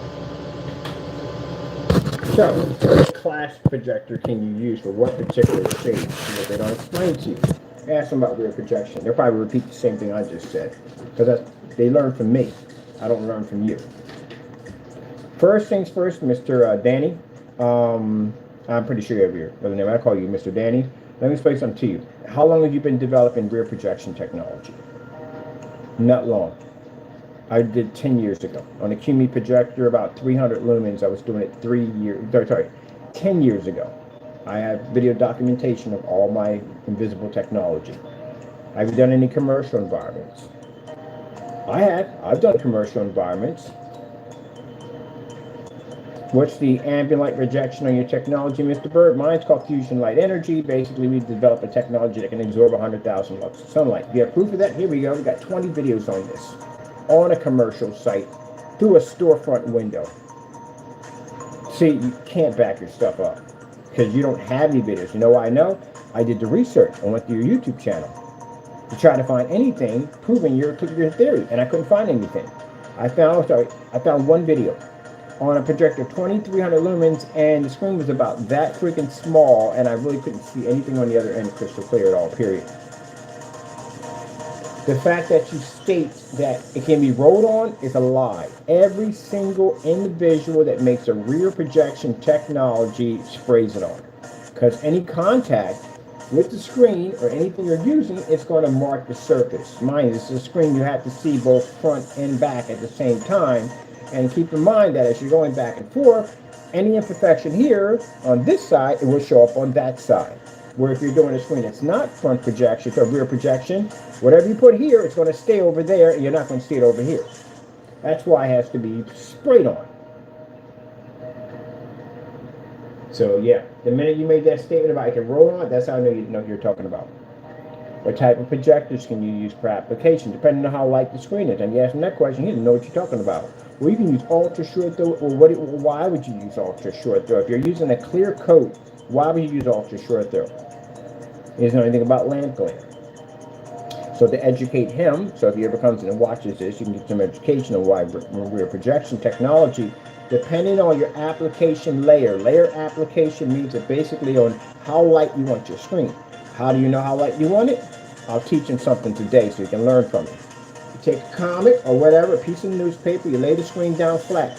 When you put the first application on, the less you see, the darker it gets. This allows you to be able to control how dark and how light you want it by basically how well you can see the image on the opposite side of the glass, which is a piece of a comic book or something with some writing on it that you can see. Laying it down on a piece of white paper sometimes doesn't work all that well. So to have something you can visually see works much better. Now, if it's really, really super, super dark and you can't see nothing, that means you can apply any projector you want because it cancels out the lamp glare altogether. But if it's clear or mid-clear, problem you have is it's going to trigger lamp glare. You don't want anybody being blinded by 5,000 watts of light coming through your screen and hitting them in the face. So what they do is they use a projector that has lens shift capabilities, which means the projector can stand up high and drop the image down low, and that means the lamp glare doesn't come anywhere near in contact with the projector, with the screen, which I find quite fascinating. Or they'll use ultra short throws. And ultra short throws, they will use it because ultra short throws have a mirror that reflects off a mirror, much like the short throw mirror trick, which also too is another way too. You can also do it too. If you use a mirror trick too, that can work. It works well with long throw projectors, not so much with ultra short throws at all, period, or short throw projectors. Anyway, so ultra short throws are used in that particular environment because again, they can block out at least about 99% of the lamp glare because it's being bounced off a mirror and back to the screen. The mirror does cancel out lamp glare, by the way. I did a test on it already with the projector to see how it would work. It's a long time ago, 10 years ago. Yep, there you go. It's like, how do you know all that? Because I had to do all the freaking research. I only had 10,000 readers. As a matter of fact, 11,000. We'll be over that pretty soon. All the stuff we got to test in the next couple of days. And I want to do the Metro screen. So we come back, we go take this to the shop. We got the large surface there. Several surfaces. I'm going to show up the technology. And we got a table. We put the comic book, an old comic book underneath of it. Not vintage, old comic book. And we spray over it on how light we want it, how dark we want it. Then we take another surface and we roll over it. We take another one, hit it with a paintbrush. So that way, when we come in and show them, this is the reason why you don't do this. Because this is what's going to happen if you do so. You're going to have all kinds of imperfections. You're going to push to the other side of the screen. Taking screens outside to dry, which you told you to do, don't ever do that. Don't ever take a screen outside to dry. Unless you're inside of a closed area, like an outside porch, with window screens up there where nothing can come in, then that's how you do it. Because you know what's going to happen is, if you take that screen outside, every form of dust particle, bugs, everything else you could possibly think of under the sun is going to land directly on top of your screen. It's going to mess it up. Especially if it dries to it. It's definitely going to mess it up. Don't ever do that. Just take the screen outside to dry. That's the last thing you want to do.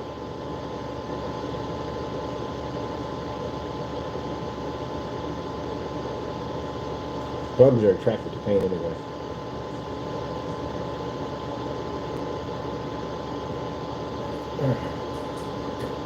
They're extremely attracted to paint.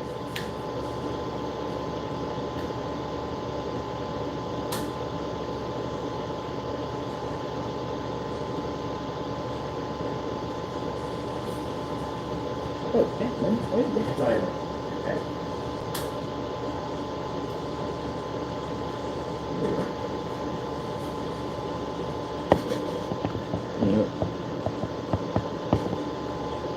Attracted to paint. Let me show you that. Look at that big surface up there. Boom! Like to show that baby off.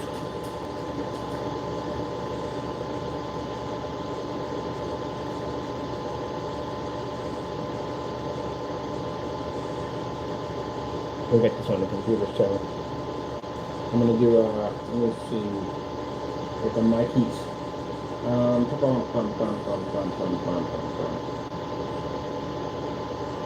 outer space screensavers.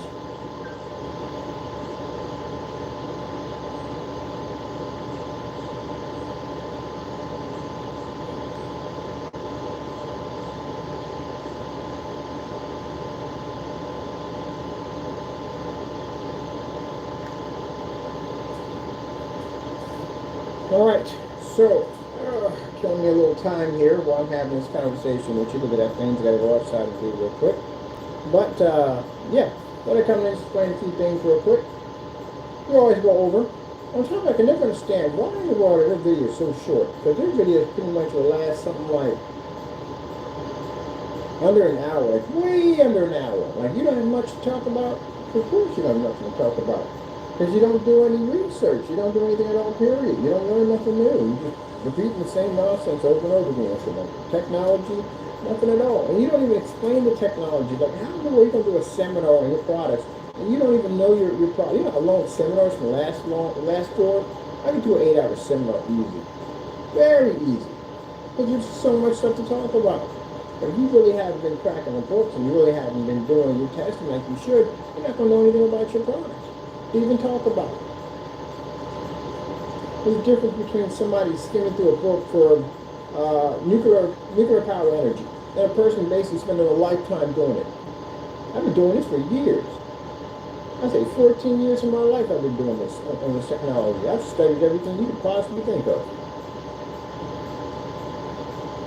You only can teach what you know. That's all you can do. Everything other than that is just crap.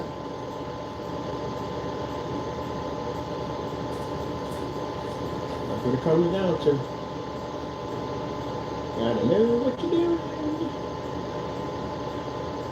That's why two things. No excuses and being able to endure the test of time. The test of time is we'll still be here. They won't. They will not be here. You will. I've had the same speech 5 years ago, 6 years ago, 8 years ago, 9 years ago. I've had the same speech before. You think this is the first? These are the first people I've had a run-in with? Are you kidding me? For the time as long as I've been here, I have been running with all kinds of people who all said, oh, your product's not going to last that long, you're not going to be that long in here, blah, blah, blah, blah, blah, you're going to run out of ideas, later you're going to hit the ceiling. Ah, yeah, I've heard it. I've been here for a long time. I've heard it all, everything. Vendor form sites, your stuff is never going to make it, this, that, and the other, Hello, ABS forms, by the way. All kinds of stuff, everything. I tell you one thing, ABS forms, I remember you guys crystal clear and will never ever forget how you guys treated me when I had digital crystal screen paint. All that technology goes up through the roof. I better not find 1 ounce of my technology sitting on your website like you're talking about anything about it at all, period. I don't want you advertising nothing. We're going to boycott you. And anybody we do business with, we're going to right from the door. We're going to cut you out with a 10-foot pole.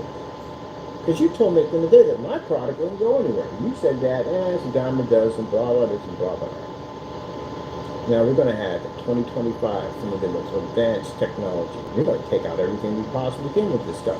Now mind, don't get me wrong, that screen paint we're going to have to certify screens. That's our main target. It's always been our main target. It's certified physical screens. That's what screen paints. Enjoy yourselves. And those who actually talk trash, you're done, you're finished. But our main goal is certified. It has never ever been about screen paints. Never have been about screen paints. Never has been. Ever been about screen paints. Ever. Got into screen paints when these two individuals decided to come up and try to attack my company. How well did that do for you at the end of the day? It didn't go well, did it? Okay, there you go. Sitting behind you watching your cities that are actually smoldering and burning right now. My army just pushed right through your area. But anyway, as I said before, our main goal is certified physical. That's it. That's why I have all the certified screens when we test them. That's our main goal. This technology is going to be a physical screen.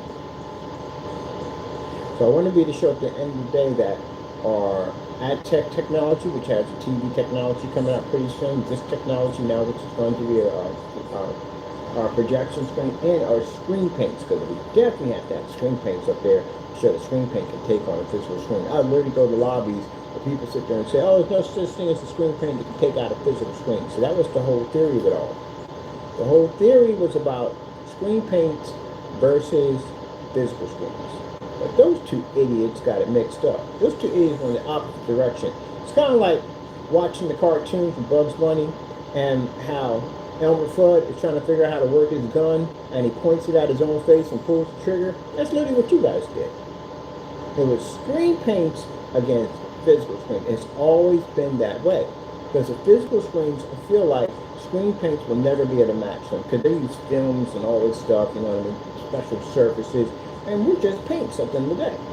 That's what it was. But these two boneheads made it about paints warring against paints. That's why I said you guys are a cancer to the home theater projection community.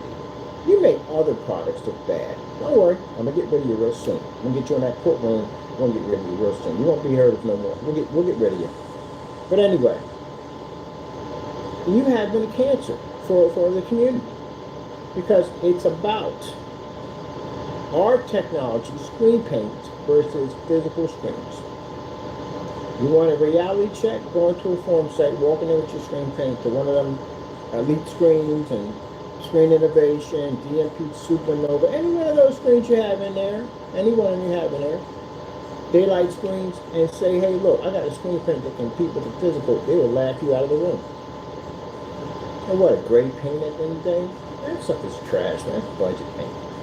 Nobody touching that, man. It's a screen pulls an amazing contrast, so way surpass your screen paint.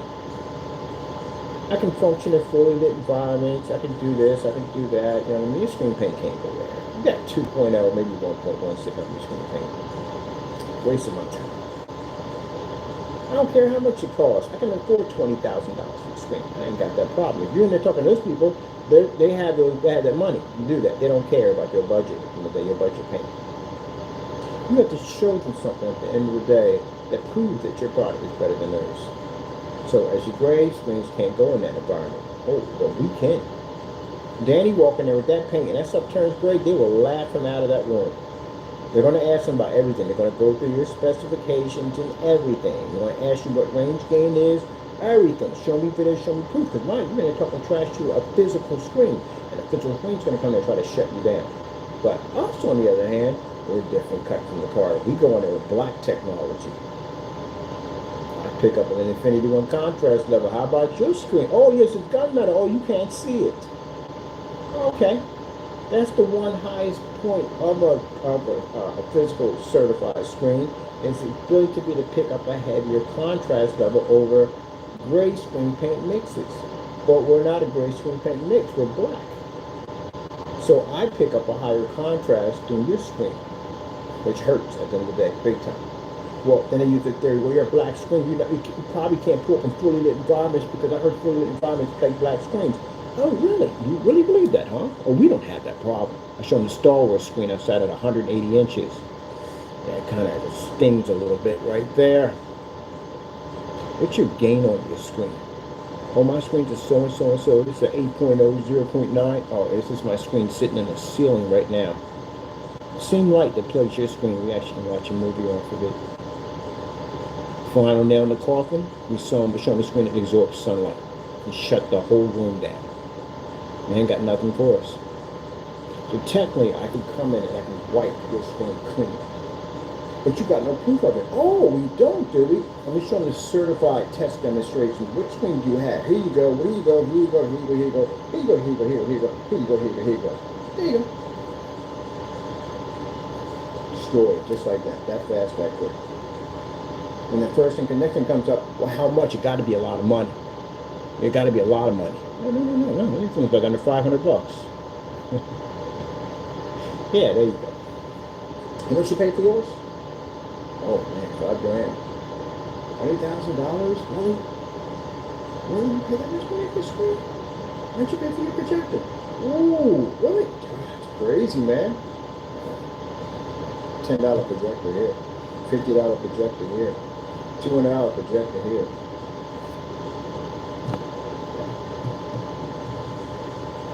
Well, good luck with all that. Gotta go. There you go. That's what we do when we walk into rooms.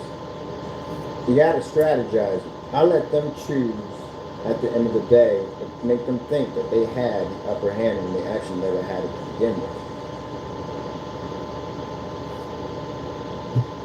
That's the best way to sell products. When you're dealing with a competition at the end of the day, make them believe that they have the upper hand. when they've never had it to begin with. The minute I walked into that room, they already lost. They just didn't know it yet. I like to let people build those high scaffolds.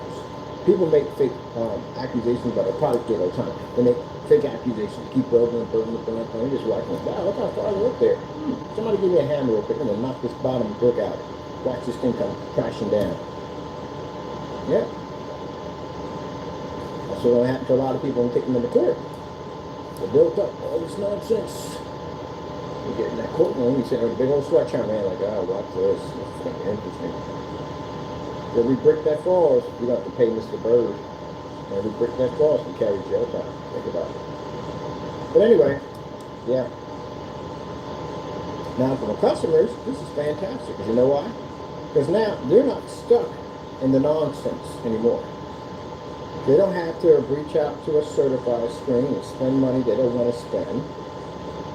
Turn around and be when they get that screen, they're going to say, hey, you got to buy this projector for more money. They got to cough out.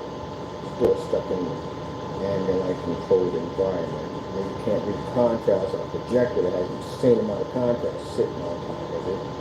They don't want to spend the money for that, and they got to go over to freaking the gray screen paint mixes. And again, they're not going to get the performance that they want. Sorry, but it's true. I know people get mad at it, but it's okay. I understand that, but you have to understand too also, they're still not going to get what they want. That's why you have to upgrade your stuff. Because they're still not going to get what they want. They take one of those certified screens, they stick it against your product's not going to be able to meet that certified screen. But on the other hand, they don't want to spend the $3,000, $5,000, so they go with a budget product. Are they going to be happy? No, they're not going to be happy. They're just going to deal with it. That's what they're going to do. Because they saw better, that's why. It's like we go on a test run. You race one of the high performance car, you race a Corvette. You get any other car, it's not going to be the same as the Corvette. It doesn't have that same feel. It's a different type of machine. But just settle with the car. Because it's within your price range. It's enormously within your range. So, that's what that comes down to. Unless you got the money, then you can go in and drive the race car. All day long. You take it out and get a couple more and you do that. But at least you got a chance to drive around, got a chance to see what it feels like. That's nice, right? But people don't want that. People want, actually, they want the sports car. So that's where our technology comes in. We give you the sports car and more. You can have a sports car and you get to get two for free. You buy that technology, you get two of the sports cars for free. Well, you didn't even tell me, hold on. That car over there, I can afford it. Yeah, you can afford it. You get it. You make enough, you can afford it, you can have it. All right. And I'm going to get two other more for free. You get two other more for free. They're yours. There you go. That's what we do to our customers. And they're driving around, flashing, showing up their car, laughing, dipping, showing it off.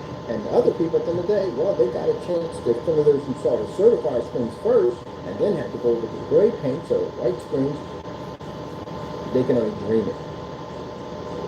And those who basically who never saw the certified, and you're at the gray and white screens, well, you don't know what you're missing. You're driving around something that you think at the end of the day is a high performance on a radio system. It's just a metaphor of things. I'm not saying your car is crap, man. Got a very nice car. Some beautiful cars, but it's just a metaphor of space. Some people take it to heart when they say things like this. They take it too personal. Not meant to be personal, just a metaphor, that's it. So basically, my customers have high advanced vehicles. And if they want to upgrade to a higher, more advanced vehicle than what they already have, it can cost them a lot of money to do it. So right there on that technology. It's only 10%. This would be all the combined cars, all in one, make one super car.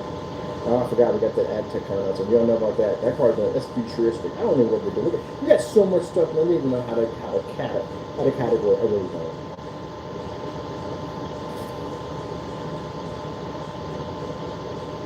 Now, getting back to the whole thing with the whole physical screens versus screen cameras. It's always been physical screens versus screen paint. Always has been. But the two Elmer Fudds decided to do it another way by attacking a screen paint.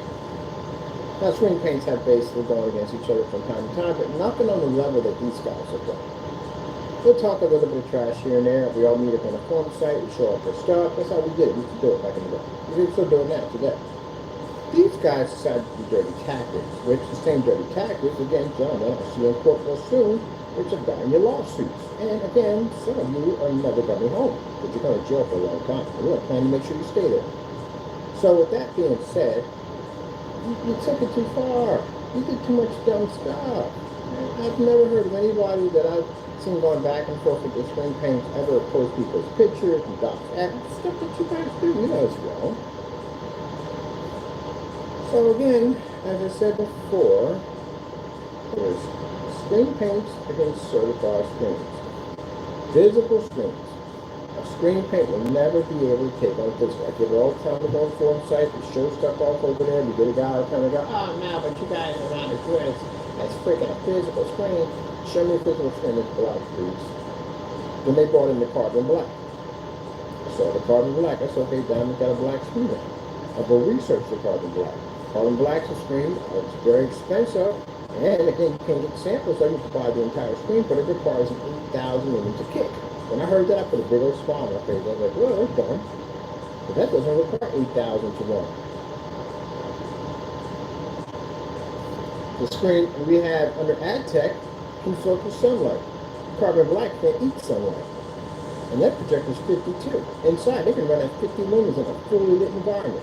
At 50 lumens. Because they absorb sunlight. So the fact that the customer still has to go out and spend $7,000 for a projector to get a screen to kick, when our technology didn't require that. Plus it's far less than the product. Far less. Which means companies will gravitate to our technology or they'll gravitate to theirs because it's cost too much. The requirements are too high. There you go. Now, that being said, that is supposed to be screen paints versus physical screens. Let's take out the two idiots out of the picture. They are idiots. And let's say, get it back to where it used to be at. Now you have a technology, us, that has developed technology to take on and take out physical screens, which puts the screen paints on a different pedestal, which means it allows them to be looked at differently now, because we have paved the road for that. But in the process, two idiots tried to basically say they're the same as us. Gentlemen, cancellations, remember that, cancellation. Let me put the cancellation, let me put paper mache bird out of it, something out of it. Ooh.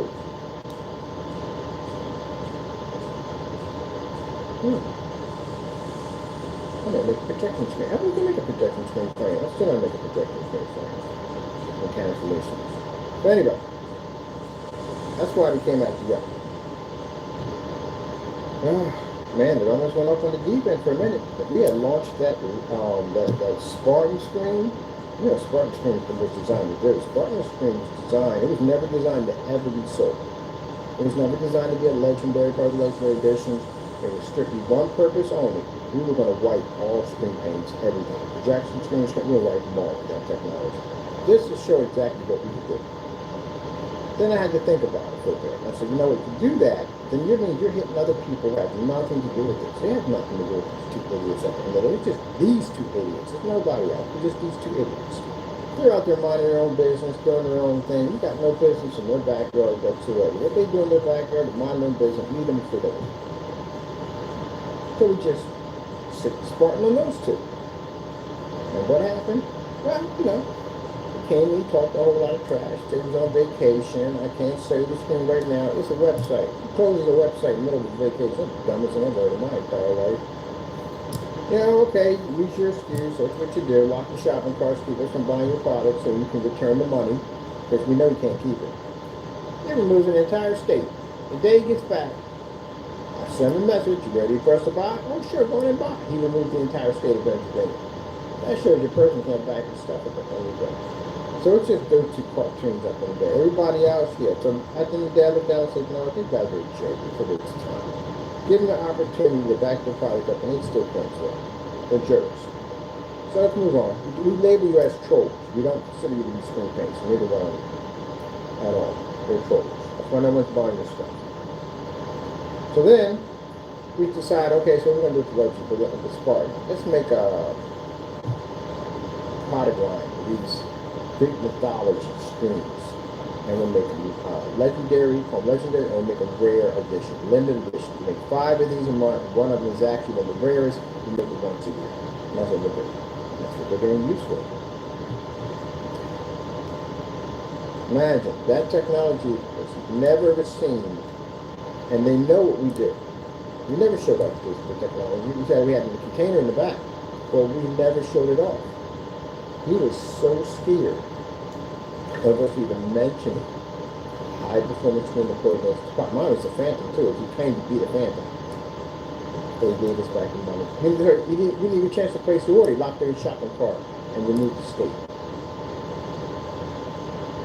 That's gotta hurt. It's like, put it this way. Let me explain something to you. What I mean by I live rent free in your head forever. That's like what they call in the terms of taking someone's heart. You ever heard that term before? Taking someone's heart before? That's literally what we did to you, Mr. Danny and Jamie. We're taking your heart. No matter how many videos you do, no matter how much you're screaming, yeah, at the end of the day, you canceled out and gave me back the money. So that means that will live with you forever. Forever.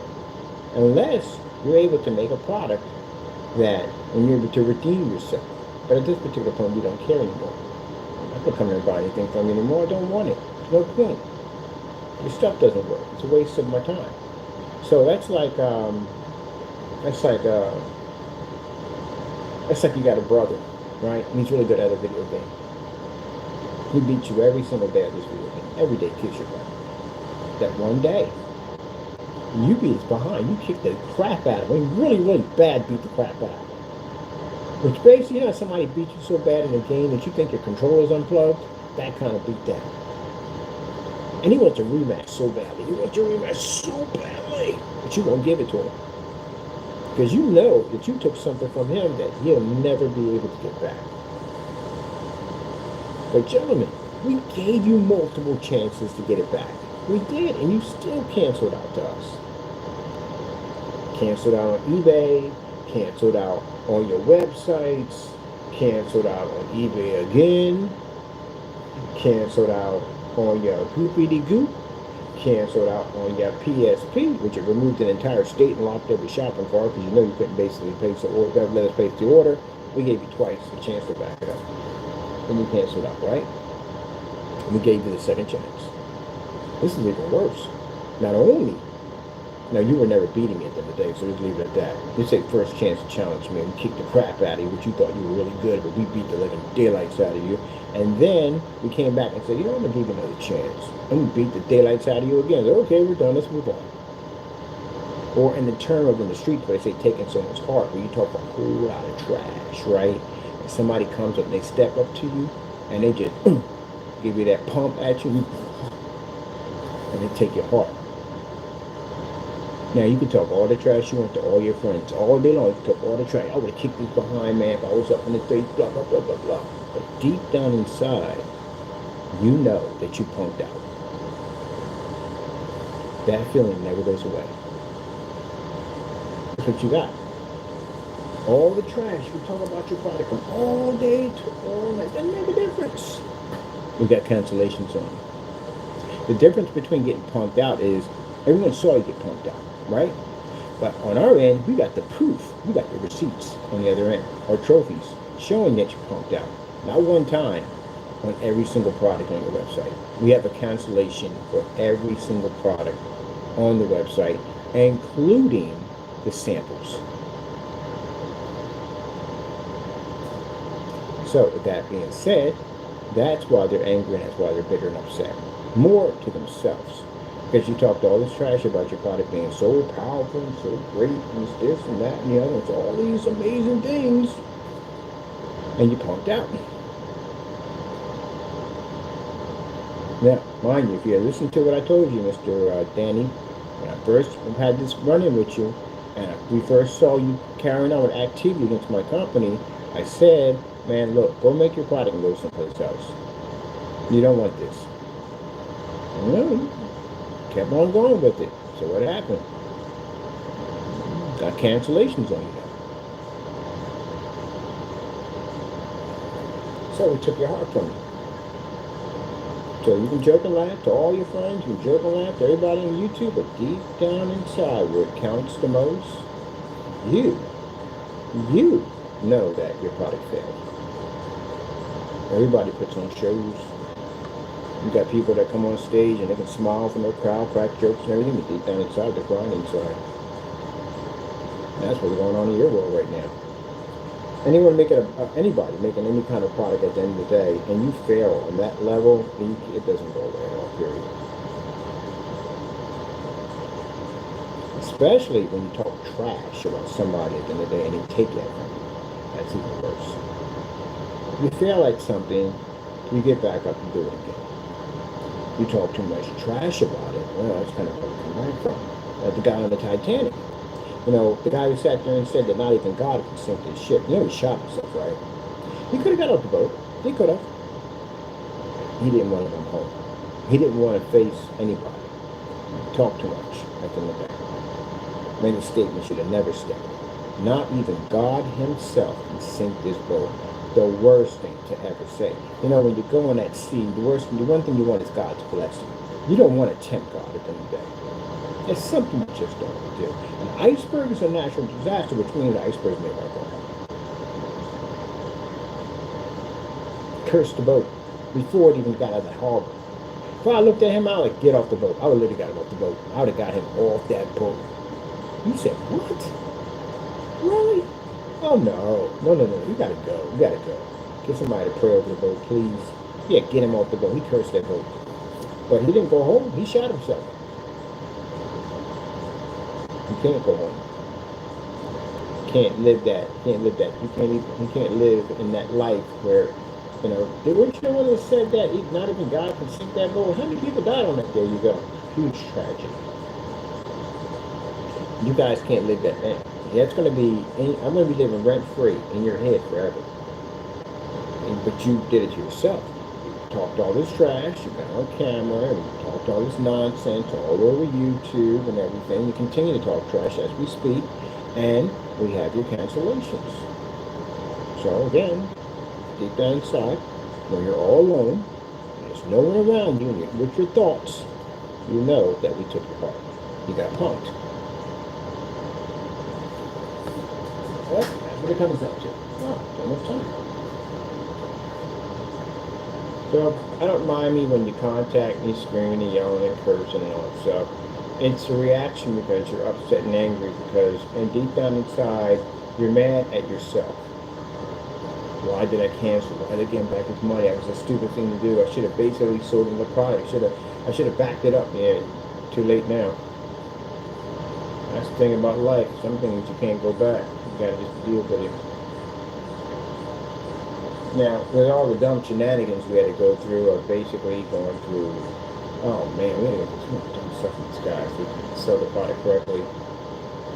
With the whole shenanigans of basically lying and doing this and doing that, and fake paints coming through the mail and all this stuff, we're done with all that. We're just seeing court now.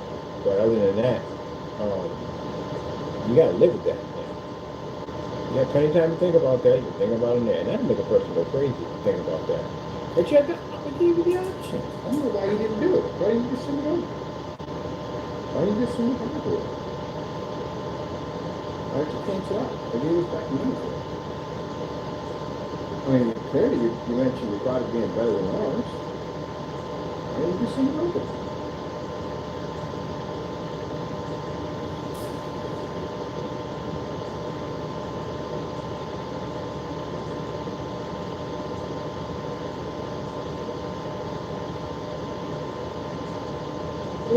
Oh, good.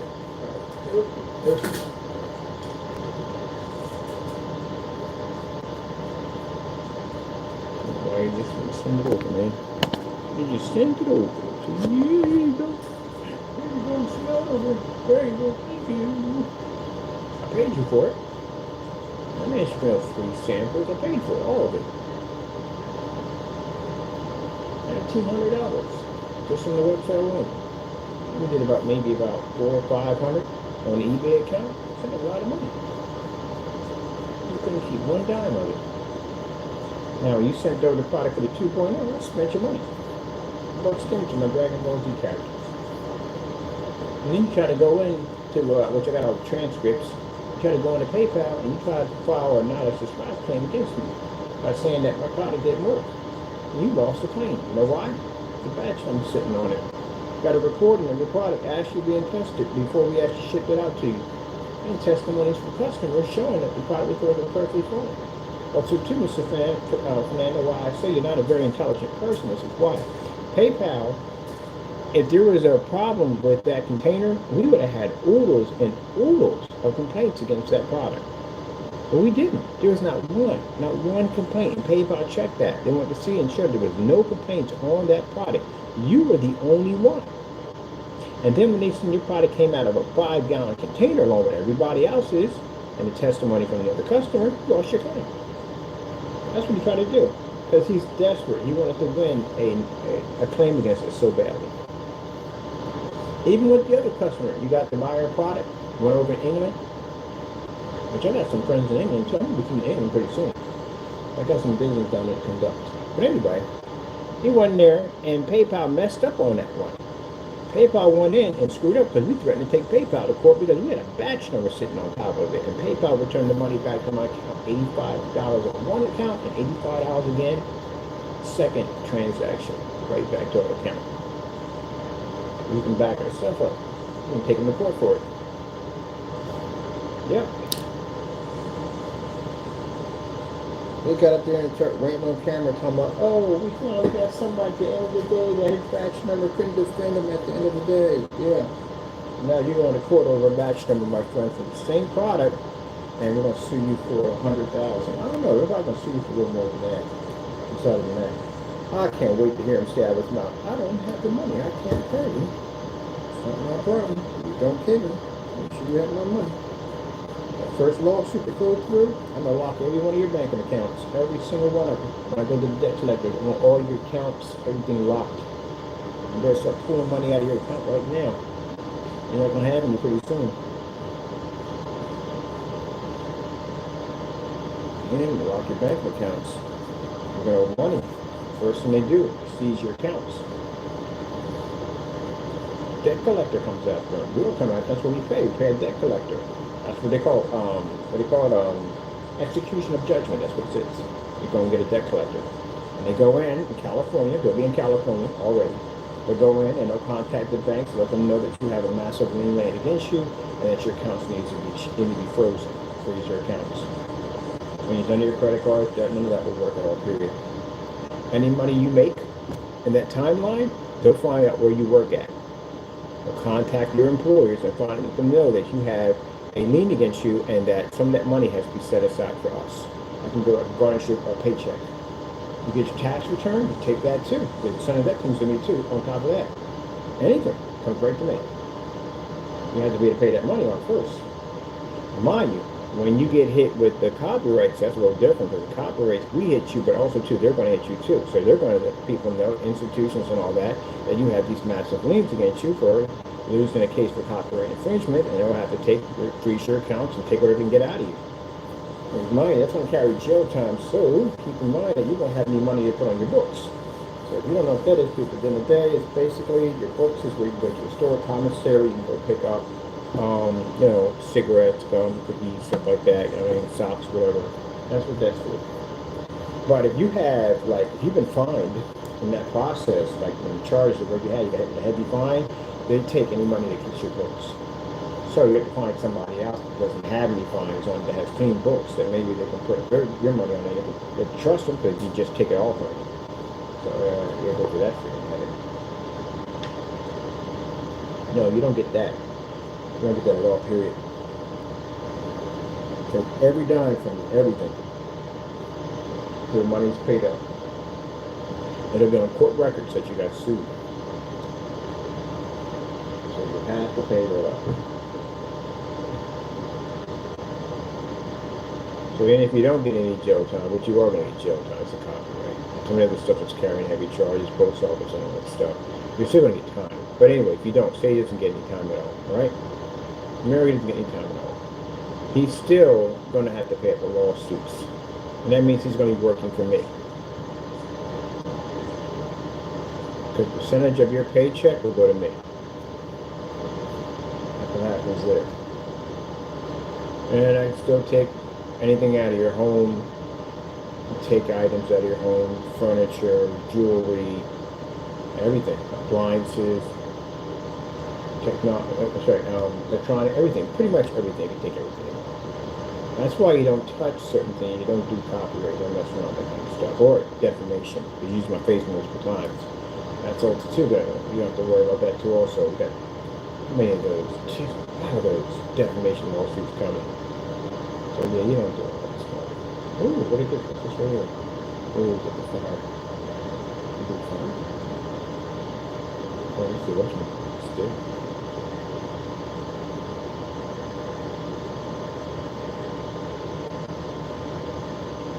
Now, Mr. Danny, you own a house, right? You do have a house, you own. And Mr. Richmond owns a house too. Just so you notice on the door, if you decide to try to take your home and put it in somebody else's name so it doesn't like it belongs to you, that's considered to be serious fraud. You're definitely going to have another charge waiting for you. We're waiting for you to do something stupid like that. We're already ahead of you on that one. So you have a money trail that you give off. That anytime you make a mortgage payment on your house or home or wherever you are at the end of the day, your house, that money trail shows that payment comes from you. And it's been coming from you for a long time. And all of a sudden, roughly around the timeline, a lawsuit pops up. All of a sudden it pops up in somebody else's name. And you're screwed if that happens. Because it shows that you've committed bank fraud. And so you carry more charges. So keep it where it belongs. You don't lose the house regardless. Say if you don't own the house, say it's being paid off from the bank, you're still going to lose it because you're not going to have the money to be able to pay off the mortgage, the rest of the house is going to go into foreclosure. If you do own the house, then we just take it. Well, we'll come over, to tape it up, put a sticker on it, and we'll go for auction. That's what's going to happen. I ain't get mad about it, you know what I mean? You just got to, simple and plain, you get out of this, you just have to go to court, and you have to prove at the end of the day that the actions that you said about our products were real. That's all you have to do. You have to back it up. You can't back it up, then guess what? Lawsuit's sitting. That's all you have to do. Back it up. That's it. You didn't lie, right? You 100%, you told the truth on our product. You didn't lie, nothing was made up and all that, right? That's all you have to do. That's how you keep out of a lawsuit. Simple and plain. You're being taken to court because you lied about products or stuff. So we have to take you to court for it, right?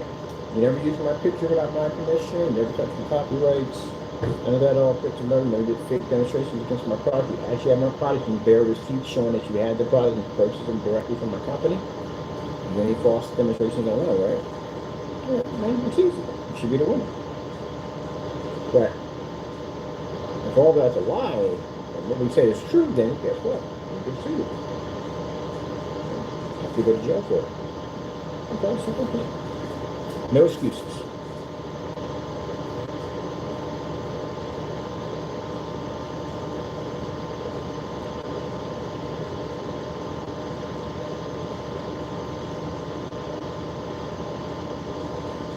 And no lawyers contact us. If those want to know, no, we're never going to contact our lawyer. We're not going to get contacted about this. Never, ever. Because you know why? They can't.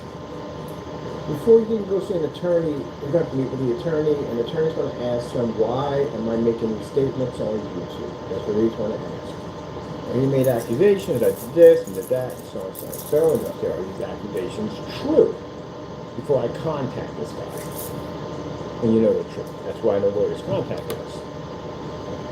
And like Mr. Fernandez, you talk to an attorney, you probably want to talk to an attorney at Steinberg, like, hey, look, can I be sued? That's the dumbest thing I've heard in my entire life. Can I be sued for touching someone's copyrights? You can Google that one.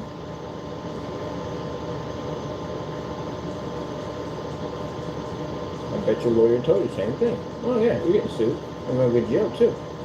How many times did you touch these copyrights? Say a lot. More than one? More than two? More than three? More than four? Oh, I'm sorry, Mr. Fernando. You're going to go to jail. Yeah, this guy's going to sue the daylights out of you. Lawyers are smart. They're not going to sit there and take your word for it. He's going to research me.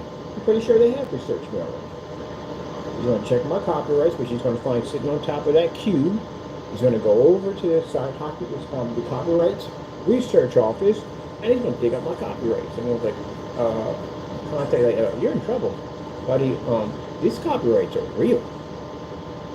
They're registered. They're real copyrights. So the best I can tell you is that maybe you can contact this guy, maybe work things out with him. Oh no, Mr. Fernando, we cannot work things out at all, period. It's not going to happen. Yeah, so you know that. No plea deals. We're not going to work anything out. I want maximum sentence or everything. I want you in jail forever. You're never coming out when we get done with you. Never coming out. Don't forget to tell the attorney about how we sent you a cease and desist order telling you not to touch him. Don't forget that one. Make sure you don't leave that one out. But yeah, he sent me a cease and desist letter. What did you do? The first one I asked you, did you abide the letter? Please tell me you didn't touch those copyrights after he sent you the letter. Did you contact him? Did you contact the attorneys? Oh yeah. You're going to ask you all that. Well, what are you going to say, Mr. Fernando? Nope, I didn't contact him. I didn't contact the attorney or anybody. I just kept on messing with his copyrights when he told me not to touch him. And you ain't got a snowball chance in HE hockey sticks right now. Look, Mr. Fernando, the defamation alone, I'm a sue already for touching my pictures. That's definitely happened. Copyrights, sheesh, we're going to be brutal.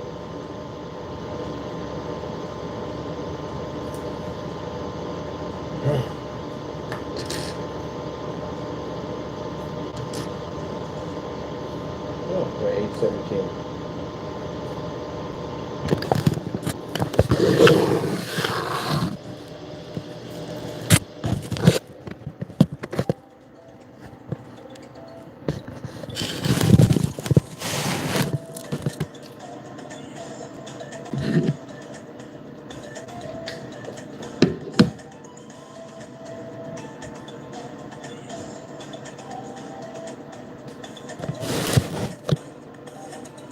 Love the screen. Black background, beta fish.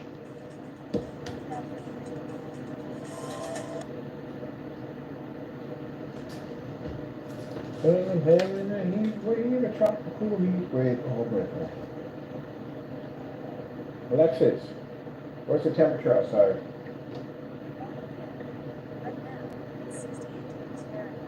16 degrees. Oh, okay, cool. That's pretty cool. Yeah, I'm going to do it the Metro screen. I'm going to put a Metro screen up there. So it's freaking cool. I can't wait to hook it up. So it's pretty cool. And maybe when I'm in the offices, and all the offices when we get done with them. So a Metro screen is something what we're calling it. And basically it has like a little clock on one side, it has weather reports on this side, and news on this side. Yeah, we're going to make them. They're going to be pretty cool looking. Can't wait. Can't wait to get it done. It's amazing. And they can absorb in the lighting here. You know why? Because those are coated with AdTech. Pretty AdTech with more than just Windows. Yeah, it's another way to be able to show off the technology. We're going to have it in store from the Windows in this place. We're going to have it in it. So investors can come in and see it in Windows, and they'll see it up here, and you can do all your advertising right there. Can you imagine that? You can have it right there, hanging right there. Have your little projector right there. And you can see the images produce time and everything. You just speak to it, it just comes right through. See, I want to build a future. That's what I'm about, the future. Building things for a better tomorrow. That sounds like every slogan. It sounds like a slogan for freaking RoboCop. Building things for a better tomorrow. And the right time. All right. I'm about to go giddy up. Taco, got anything to say? Yeah.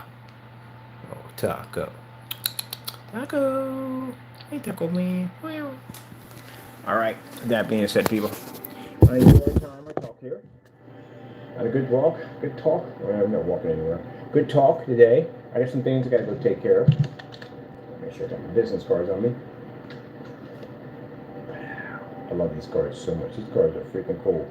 I got another version I'm actually making too. I'm gonna do another pair of these. Told you don't get from me. I'm wearing dark blue today.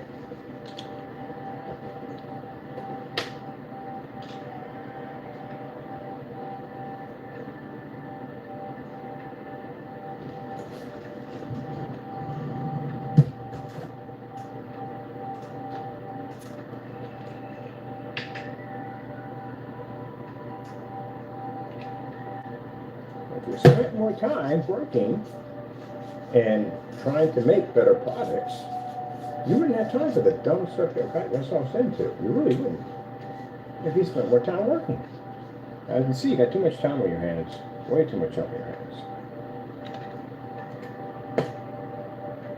So if they spent more time working, trying to make good products, doing proper testing, you'd be shooting like 10 videos a day easily.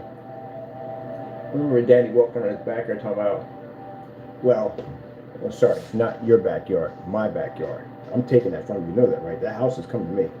And that land and everything on it's mine. So don't get too comfortable with that.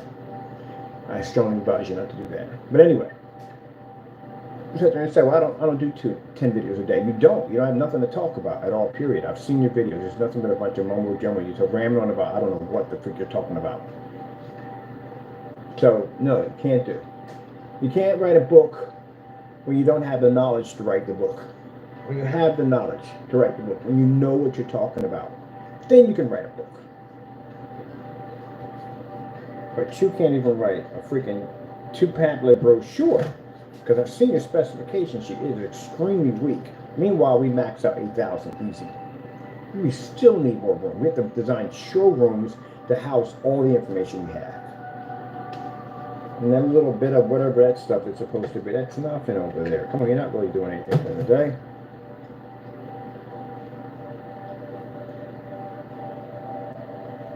You can't write a book if you don't know what you're talking about.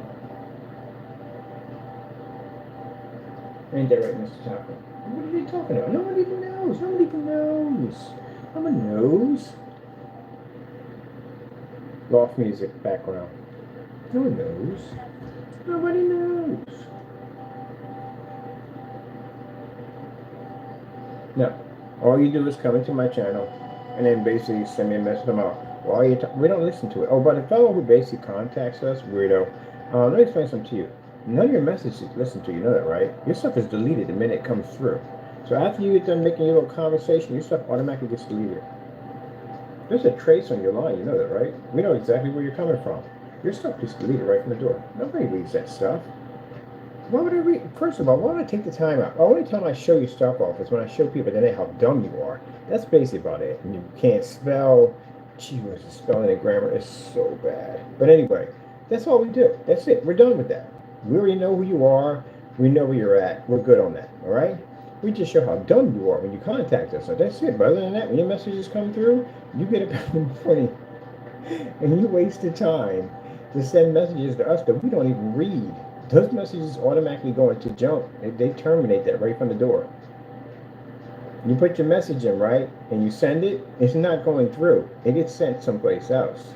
We get a notification that it came through. That's all we see. We don't see your messages at all, no more. I told you, you're not calling my phone. That's a company we deal with. They screen all the calls. Yeah. We got enough of them forwarded over where they need to go to. That's all. And the rest of them now are just being rerouted. Someplace out, they forward them somewhere else and they get rid of them. That's it. Yeah, get your messages. Get up early and like, oh, first thing on the day, not get up in the morning and pray, not get up in the morning and do anything productive, contact our company. Gee whiz, you don't have a life.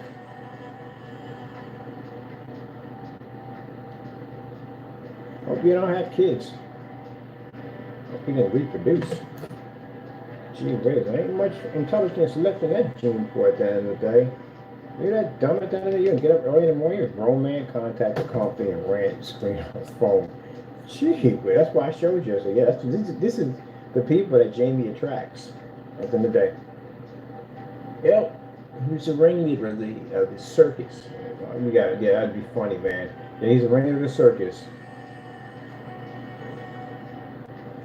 But pretty soon, the circus is about to go out of business, and you're about to be closed down for good, and you're never coming back. Just so you know. Oopsie, that's my circus. Get my notebook. There we go. I'll make a nice little stand for that. But you're never coming back. I'm gonna close that circus down for good. Now, if you excuse me, I've got some business to take care of today. Ooh, look at that right there.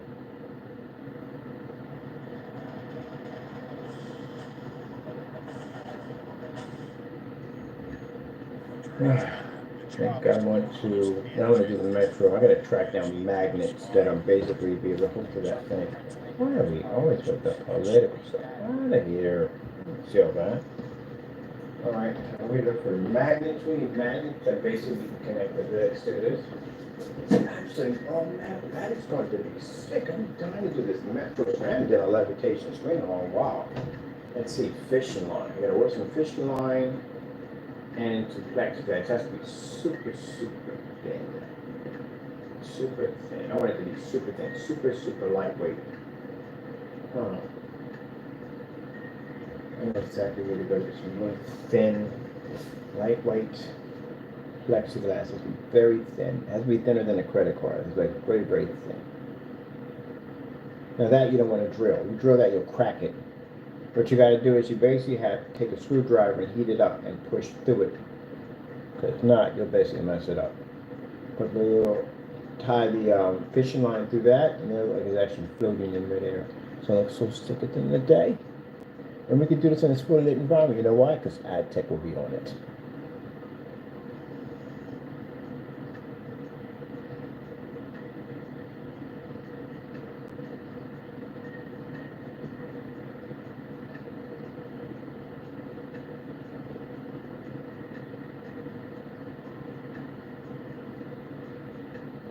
You know, it's interesting. Every time I look at the ceiling, it changes. It always changes, which means they go to a bigger place. We're going to be here for 1 year. Not about a year or so. Not about a year. That's all we need. That's all. Yeah, mind you, one person comes to the door, we got contracts. That's it. Our technology is advertised for this whole building. I plan to have my foundation locked in this place very, very soon. This whole environment, all down here, all the whole business, actually, even the airport, every place for our technology. So when we walk through that door, it's millions and millions of dollars contracts, hundreds of thousands of dollars contracts.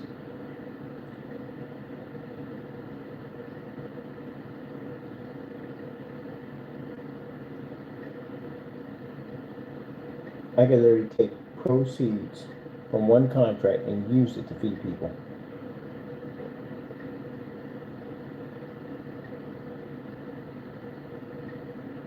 Which I'm planning to do. That's why I've been checking out all the different charity works we have down here, the Salvation Army and YMCA and places like that to help out the homeless and stuff like that. And I've been looking at these other local places they have down here. They have these places where they do all these, you can buy a bunch of blank sweatshirts and jackets and coats and all that stuff like that, you know, for people with the logos on it. We get them wholesale. We can buy as much as we want, and we can use that to push that through the Salvation Army. Or design our own unit where people can come in and get coats and jackets and stuff like that, and mittens and, you know, whatever they need for wintertime, hats and stuff to stay warm. So we plan to do a lot of stuff with this compartment, especially the apartment complex I want to do. I want to do a nice apartment complex. I think they were a nice one, the first to start off with.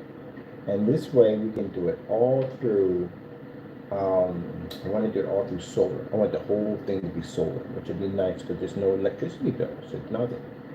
Solar bank system put in so that we can store power. Yeah, we're going to get this. We're going to get this. We're definitely going to get it. Makes the devil very angry when he hears me speak like this. He can't stand it. But that's his problem at the end of the day. His day is coming too also. Yep.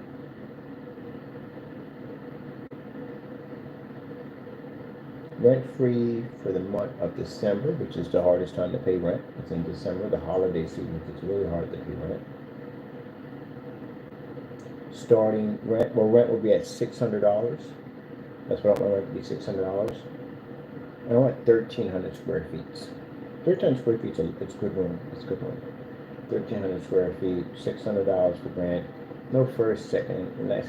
I don't need a maintenance. First of all, if you treat your tenants right, you put them in a good building, they're most likely not going to tear that building up. And the reason why, because rent every place else is crazy expensive, and what they're going to put them through just to find a place is going to be a freaking headache. You ever go into a place? Yeah, we got to do background checks. We got to do deep background check. Make sure everybody's legit coming in. We have to do that. Credit check. Don't really care about a credit check because the credit don't mean jack to me at the end of the day. I got an excellent credit score and I don't even use it. For what? I pay for everything in money. That's what basically my exes get mad about because their credit was horrible. My credit was fantastic because, again, I had loans from PayPal. I paid back like over $50,000 from these guys. I was borrowing $1,700 here and $16,000 and $20,000 from them. I was paying the loans back. All my loans are completed, so it pushed my credit score through the roof. My credit score is up there, up there.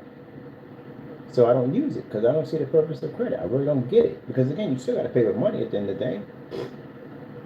Never forget that one, ever. But anyway, so she used to get mad and she said, well, you're not going to use the credit for nothing? No. I'm not going to let you use it because you're not screwing my credit up at the end of the day. No, it's just going to stay there. So I never used it for anything. Never had a car, none of that stuff. I paid off my student loan. I went to the car accident. I paid $23,000 out of my $60-something thousand I got from the accident. Don't have anything. So anyway, asking people for credit is just jacked up at the end of the day. It's not needed. You're not going to pay in credit, or you going to pay in money. All right then that's it. And $600, you can't earn $600.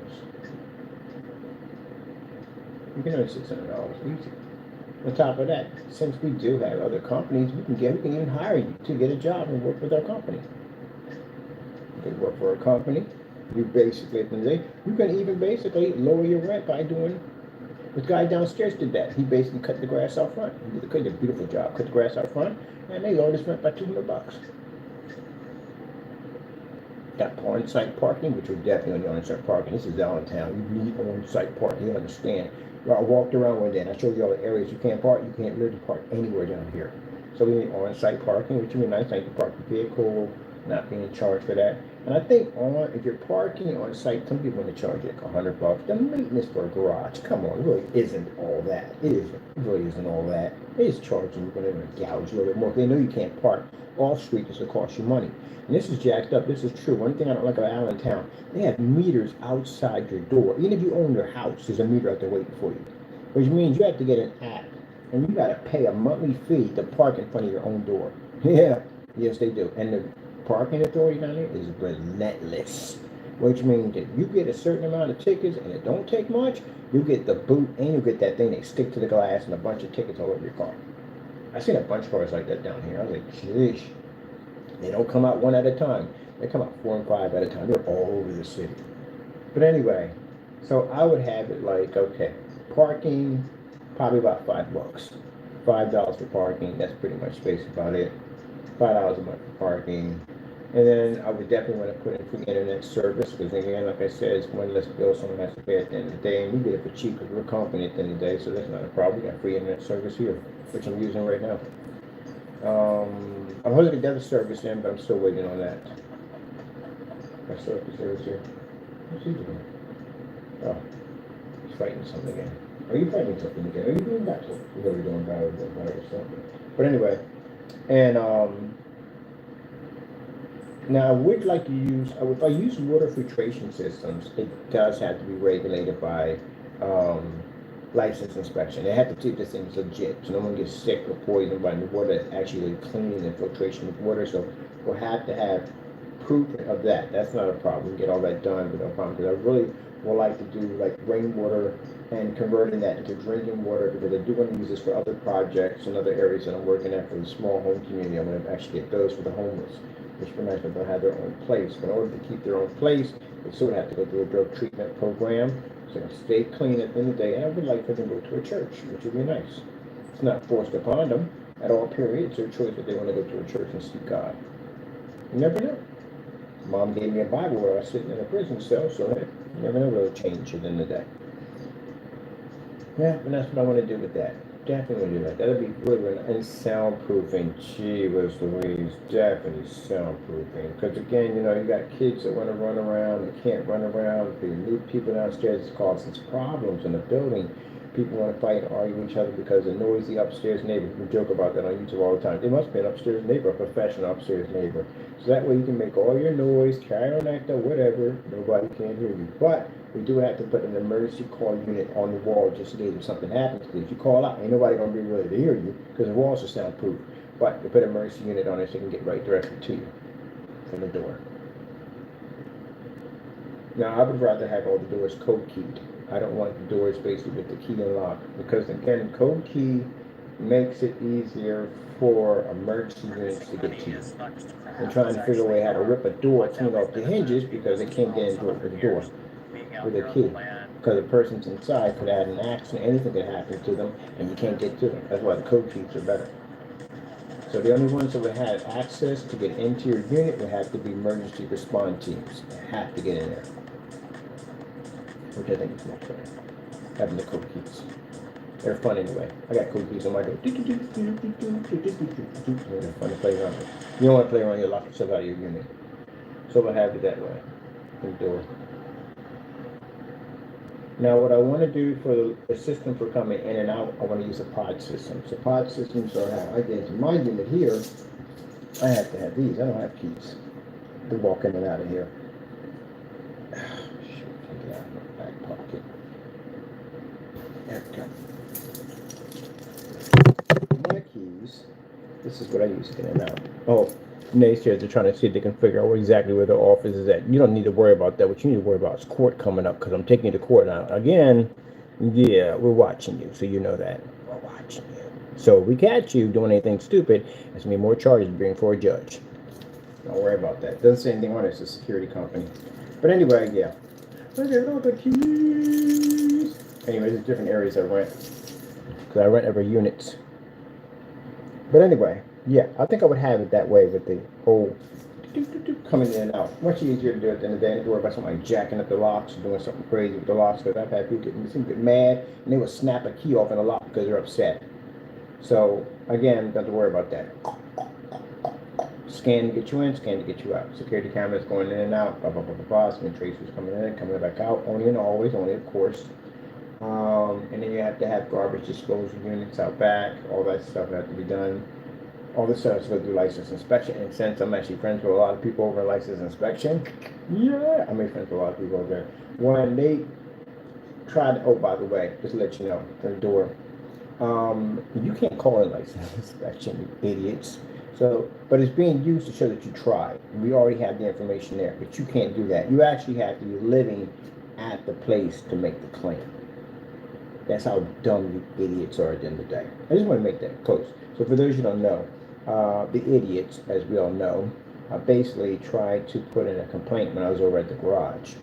The problem you have with that, you can't call in from another state. Heck, you can't even be in state and make the complaint. You have to be living at the property to make the complaint. That's the only way. So when they came in to see basically if the garage was being used for anything, but this shouldn't, no. And I was still there anyway. Because at the end of the day, because when I was running there, I could do it. And that's what, so there. But also too, by that, it gave me enough information to go down to the building, the same building that you try to make trouble from me in, and basically get to know people down there. And not only did I get to know people down there, but I met a lot of really interesting, cool, nice people, and I started researching their building and what they do for a living, and learned a lot about license inspection, about basically about what you can and what you can't have, and this, that, and the other, which will come in quite handy for when I start doing my own buildings. I can get a little knowledge on that. Thank you so much. I've never got caught up in that. It's an interesting theory on what you can have and what you can't have on your property. But I started studying the rules and regulations and restrictions, and basically when it comes down to license inspection and basically being able to service your buildings in different ways, which I found quite interesting. So I started studying their books. I know their stuff too. Yeah. But anyway, let's get back to this. So anyway, and that's how I got. There's some really beautiful, nice people. I've been doing some projection screen setups for them on top of that. In that building too, we're gonna put ad tech in there. Thank you for the business. Would have never known. I would have never actually thought of walking that building if that didn't happen. But anyway, that complaint for that building was not from you guys. It was actually made from somebody that lived up on top floor who was a tenant he had a problem with. He called on a false complaint. And his window basically points to the back where the garage is at. He's the one that filed the complaint. Your complaint didn't go anywhere at all, period. They can't use your complaint because, again, you would have to be living in that person's state to do it. Yeah, you're stupid. But anyway, we got everything down there. Your email is showing that you did try to contact, and we're going to use that against you in court. Wasn't very smart, was it? No, it wasn't at all. But that's what I'm going to do. I like that. I like that whole setup right there. $600, no first, no last. And I like the fact that having, because we got a building crew anyway. We got a maintenance crew that comes in and fixes and repairs everything. And everything we get for wholesale anyway. So I'm not a problem fixing this, that, and the other. You know what I mean? I think that'd be a nice setup. Now, to keep in mind that it's going to be a big waiting list for that, and you get more of those buildings like that, because again, it's $600 a month, or either $800 a month. I'd rather do it $600, because anybody can pay $600. And then you get month of December free. You have no utilities, no bill, and you got free service for your internet, which is going to be crazy high speed. I like high speed. Big fan of it. On top of that, we can put movie screens in every unit. We can put a projection system in every unit in there. They don't even have to bring a TV if they want, because we engineer that technology. So we can put maybe 100-inch, 120-inch screens in there of AdTech TV technology in there. That's the best thing about developing your own screen technology. Yes, we can put the 120 inches of AdTech technology right on the wall. So every unit in there gets a movie screen of 120 inches with projector and sound system, because we could do that.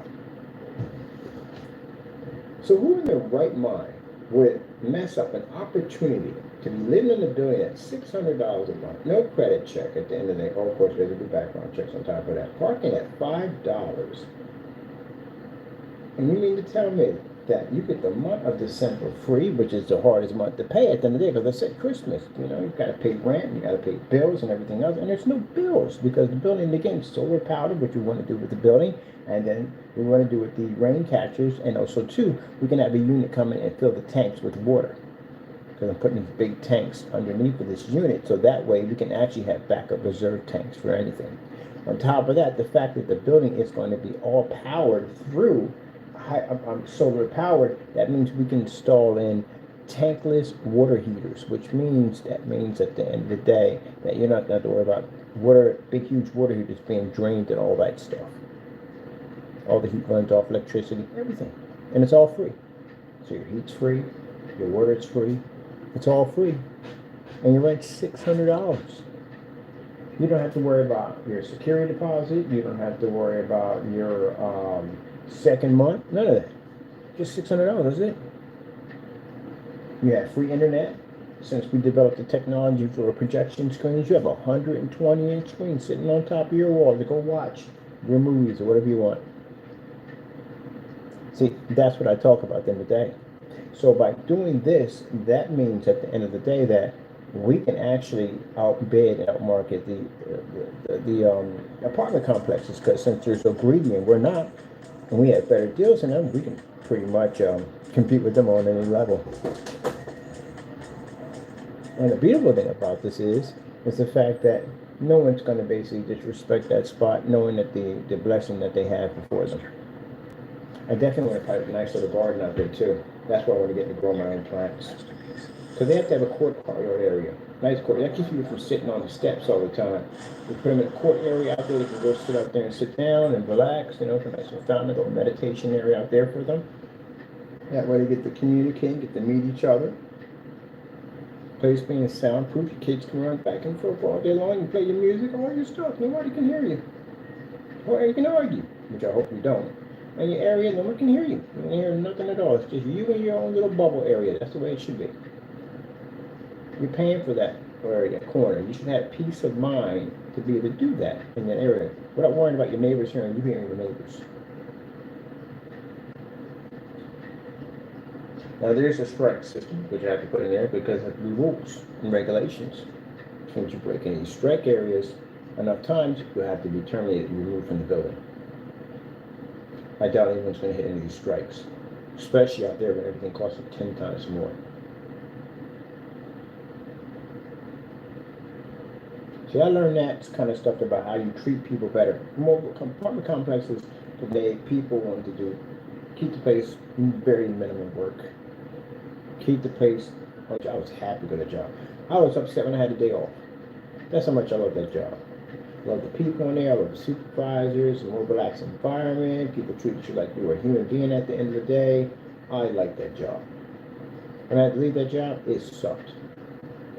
Because basically we're there for temps. We're there basically to convert the Kmart to a bigger Kmart. That's what we're there for. To help out the guys who were doing the construction work in there.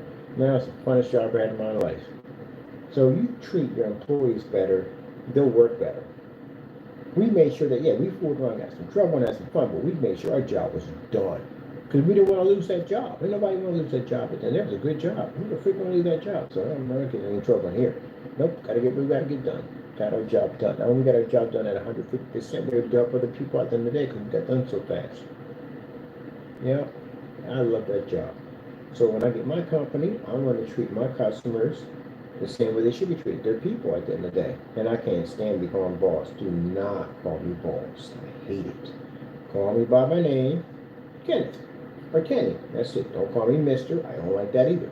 Call me Kenny. That's it at the end of the day. Now, can I terminate people? Oh, heck yeah, I can terminate people. Just like that. Not a problem at all. One of the things you have to do when you're basically in the business, you have to know how to terminate without no problem. It's business at the end of the day. I've terminated family members that work for me. It's business. And they understood because it's business. They're business people themselves. Should have did a better job. Understand that. It's business. Your brothers at the end of the day, it's still with your brothers. Nobody about it. Very few people can do that kind of thing. But yeah, I can terminate you no time at all. No problem. If you basically do things that you're not supposed to do, never take me for a pushover, I'll terminate you in a hot second. You'll be gone. But other than that, you know what I mean? For my employees, like I said, I want child care. I definitely want that daycare. But daycare is a pain in the neck for some people. You gotta rush home to try to rush to daycare, try to pick up your kids, and they charge you extra if you get there too late, and then they want to ridicule about it. So you don't have to go through any of that nonsense. We have daycare right there in the building. Problem solved. And it's free.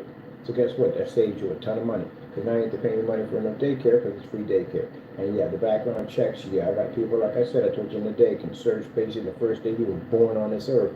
They can find anything on you at the end of the day. Those are the people I'm bringing as my security crew to be to come in and do background checks on people. When we dig it out, we can find it. They can find it, not me. They can find it. Anyway, because they do background checks on anyone coming to take care of kids. And also, too, I want cameras in there where parents can basically go on their phone and they can log in and watch everything. So that's what I want up there. And free daycare definitely has to be a must.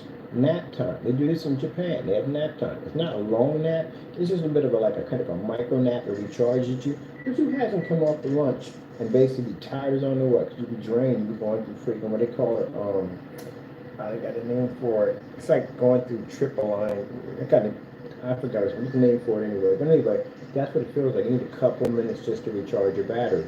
Japan does this. They give them a little bit of time to recharge, and then they're back all over again.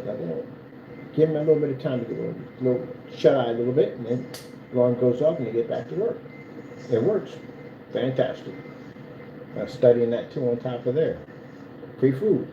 How hard is it to give out free food? Free coffee, free donuts in the morning. How hard is that? It's not hard to do. It's not expensive to do it all, period. Few companies just get greedy. That's the end of the day. You can basically supply that for your customers at the end of the day. It's not a problem at all. What's another thing I wanted to do too on top of that? Of course, free parking, all that stuff like that. Big cubicles. Come on, who the freak wants to sit there and work inside of a hamster box? I don't. See how big my office is? My office is big. I have a big office. No one wants to work in some small, little, tiny cubicle. At the end of the day, every time you get out, you expect someone to feed you a piece of cheese like it's some kind of lab rat. I wouldn't want to be in something like that. I want a nice big desk, multiple monitors, all that cool stuff. I definitely want foot massagers in there because at the end of the day, you sit in the chair all day long. You have to have some kind of blood circulation, so you need that. And they need back massagers too because people at the end of the day, your back's be killing you. Matter of fact, this chair is about to come out of here. I got a back massaging chair coming in for this, and my foot massager is coming in too for my feet. So yes, definitely.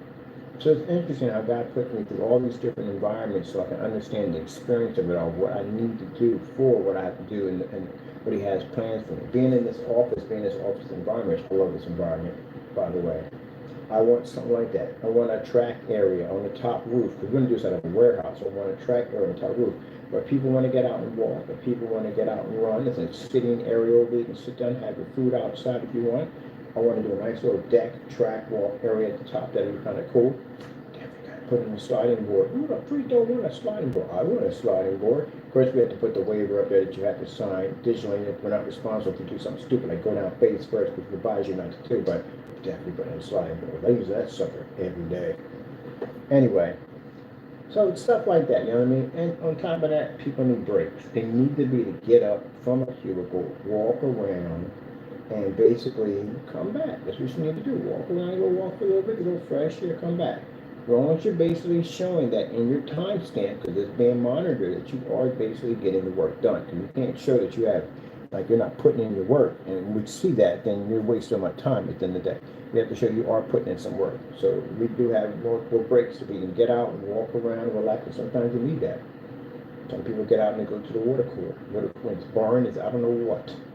So I do not want a water cooler there. I want something else besides the water cooler there. There's some snacks there, something like that, something to eat in between. Yeah, something like that. Yeah. I want big cubicles. I want people to feel like when they're at a cubicle, they're at home. Something big, something open. No walls. I hate walls at the end of the day. But something big, something open. You can have a little privacy wall if you want. It's up to you. But I'd rather have something open. People breathe better that way. So on top of that. So yeah, I make a nice little setup at the end of the day. I really am. Got a real nice setup. Now, for women who get pregnant at the end of the day, this is very important. I have no idea who started that, or have a baby come back to work. That's not normal at all, period. Mother needs time to be able to bond with the child. And on top of that, she should be getting full pay while she's bonding with the child. Why would you cut her pay? Because she had a baby. Was she being punished because she had a baby? That doesn't even sound right. So you give her full pay. That's what I believe in at the end of the day. Give her full pay while they're taking care of the baby. They're going to need the money. On top of that, with the baby showers, all the baby showers and all that stuff like that. So baby showers, birthday parties, stuff like that. People, the birthday, got to celebrate that birth, right? Yes, we do. Yeah. And I want to have company picnics, stuff like that. No dating in the workplace. No, at all. Completely no. No. Your time. If you date outside the workplace, you need stuff. That's your business. Don't bring it on the job site. Because then people get to, no, period, forget it. No, X that altogether. Because that becomes a problem. Emotional problems and all this stuff. And no, I ain't got time for that drama. That'll be your termination right on the spot. Maybe get you terminated. I don't have time for emotions. When you do that, at the end of the day, people have a habit of coming on the site for things they shouldn't do to terminate other people because they're jealous and upset. You don't need that at the end of the day. Besides, the metal detectors and everything that's going to be installed, it's impossible to walk through that place at the end of the day with anything on you. You wouldn't even make it to the front office. But I don't play around when it comes to security. It's one thing I don't play around with. So that place will be basically, I will have guards on you that will be armed. They're not going to be showing that they're armed. They don't do carry around AK-47s and firearms, but they will be armed.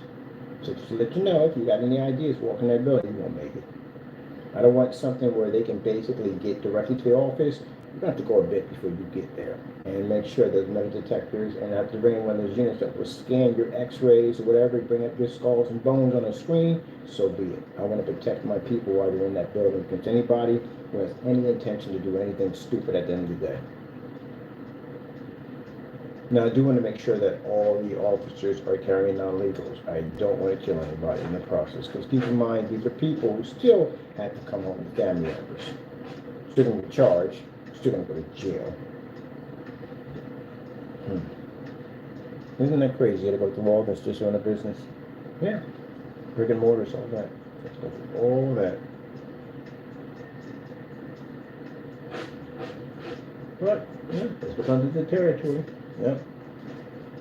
They're doing the next office space, but you have to remember, in the office, you got people in there. People are going to like other people, and they may start dating other people in the office, and go out to drinks or whatever, and go drink at a bar or whatever, and you get to know somebody, and they fall in love with that person, and then that person may cheat on them, and guess what? That hostility ends up at? It ends up in the workplace. That's where it ends up at, because they see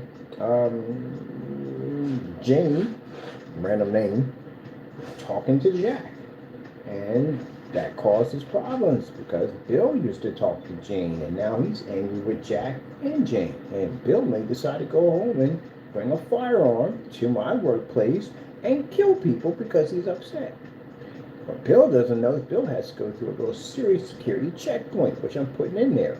And the security checkpoint will involve like walking into an FBI building, because I do not play around with security at the end of the day.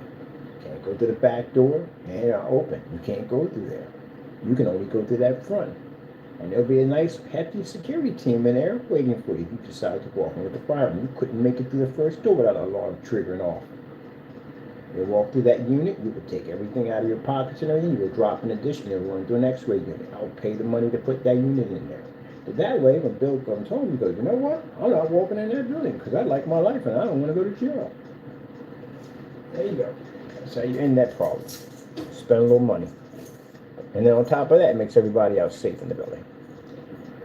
Because there's security in that unit. So you're not walking through my building carrying no knives up in there, none of that nonsense. We'll treat you like TSA at the airport. Except we won't go through the whole take-off shoes, stuck to his belt. What do people do with piercings that have to walk through the airport? I hated that nonsense, man. Back in the day when I had a bunch of piercings, I couldn't stand going through City Hall for some stuff, man. I just remember when I walk home, I just remember to take everything out before I go to City Hall. Because I remember the guy was like, take everything out, put it in the bucket. You got anything better on you at the end of the day? Nope. Alright, walk through. Alright, come back. Turn around. Put your arms in the air. Alright, you're good. Go get yourself out. Alright, have a good day. Have a good day. Unless you're like, I told you I got some military in my family.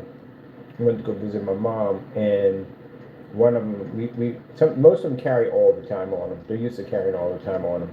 So we go to visit my mom, and you can see my family members open up the trunk of the car, and they're taking their guns off. They're putting them in the car, because you can't walk in there with them.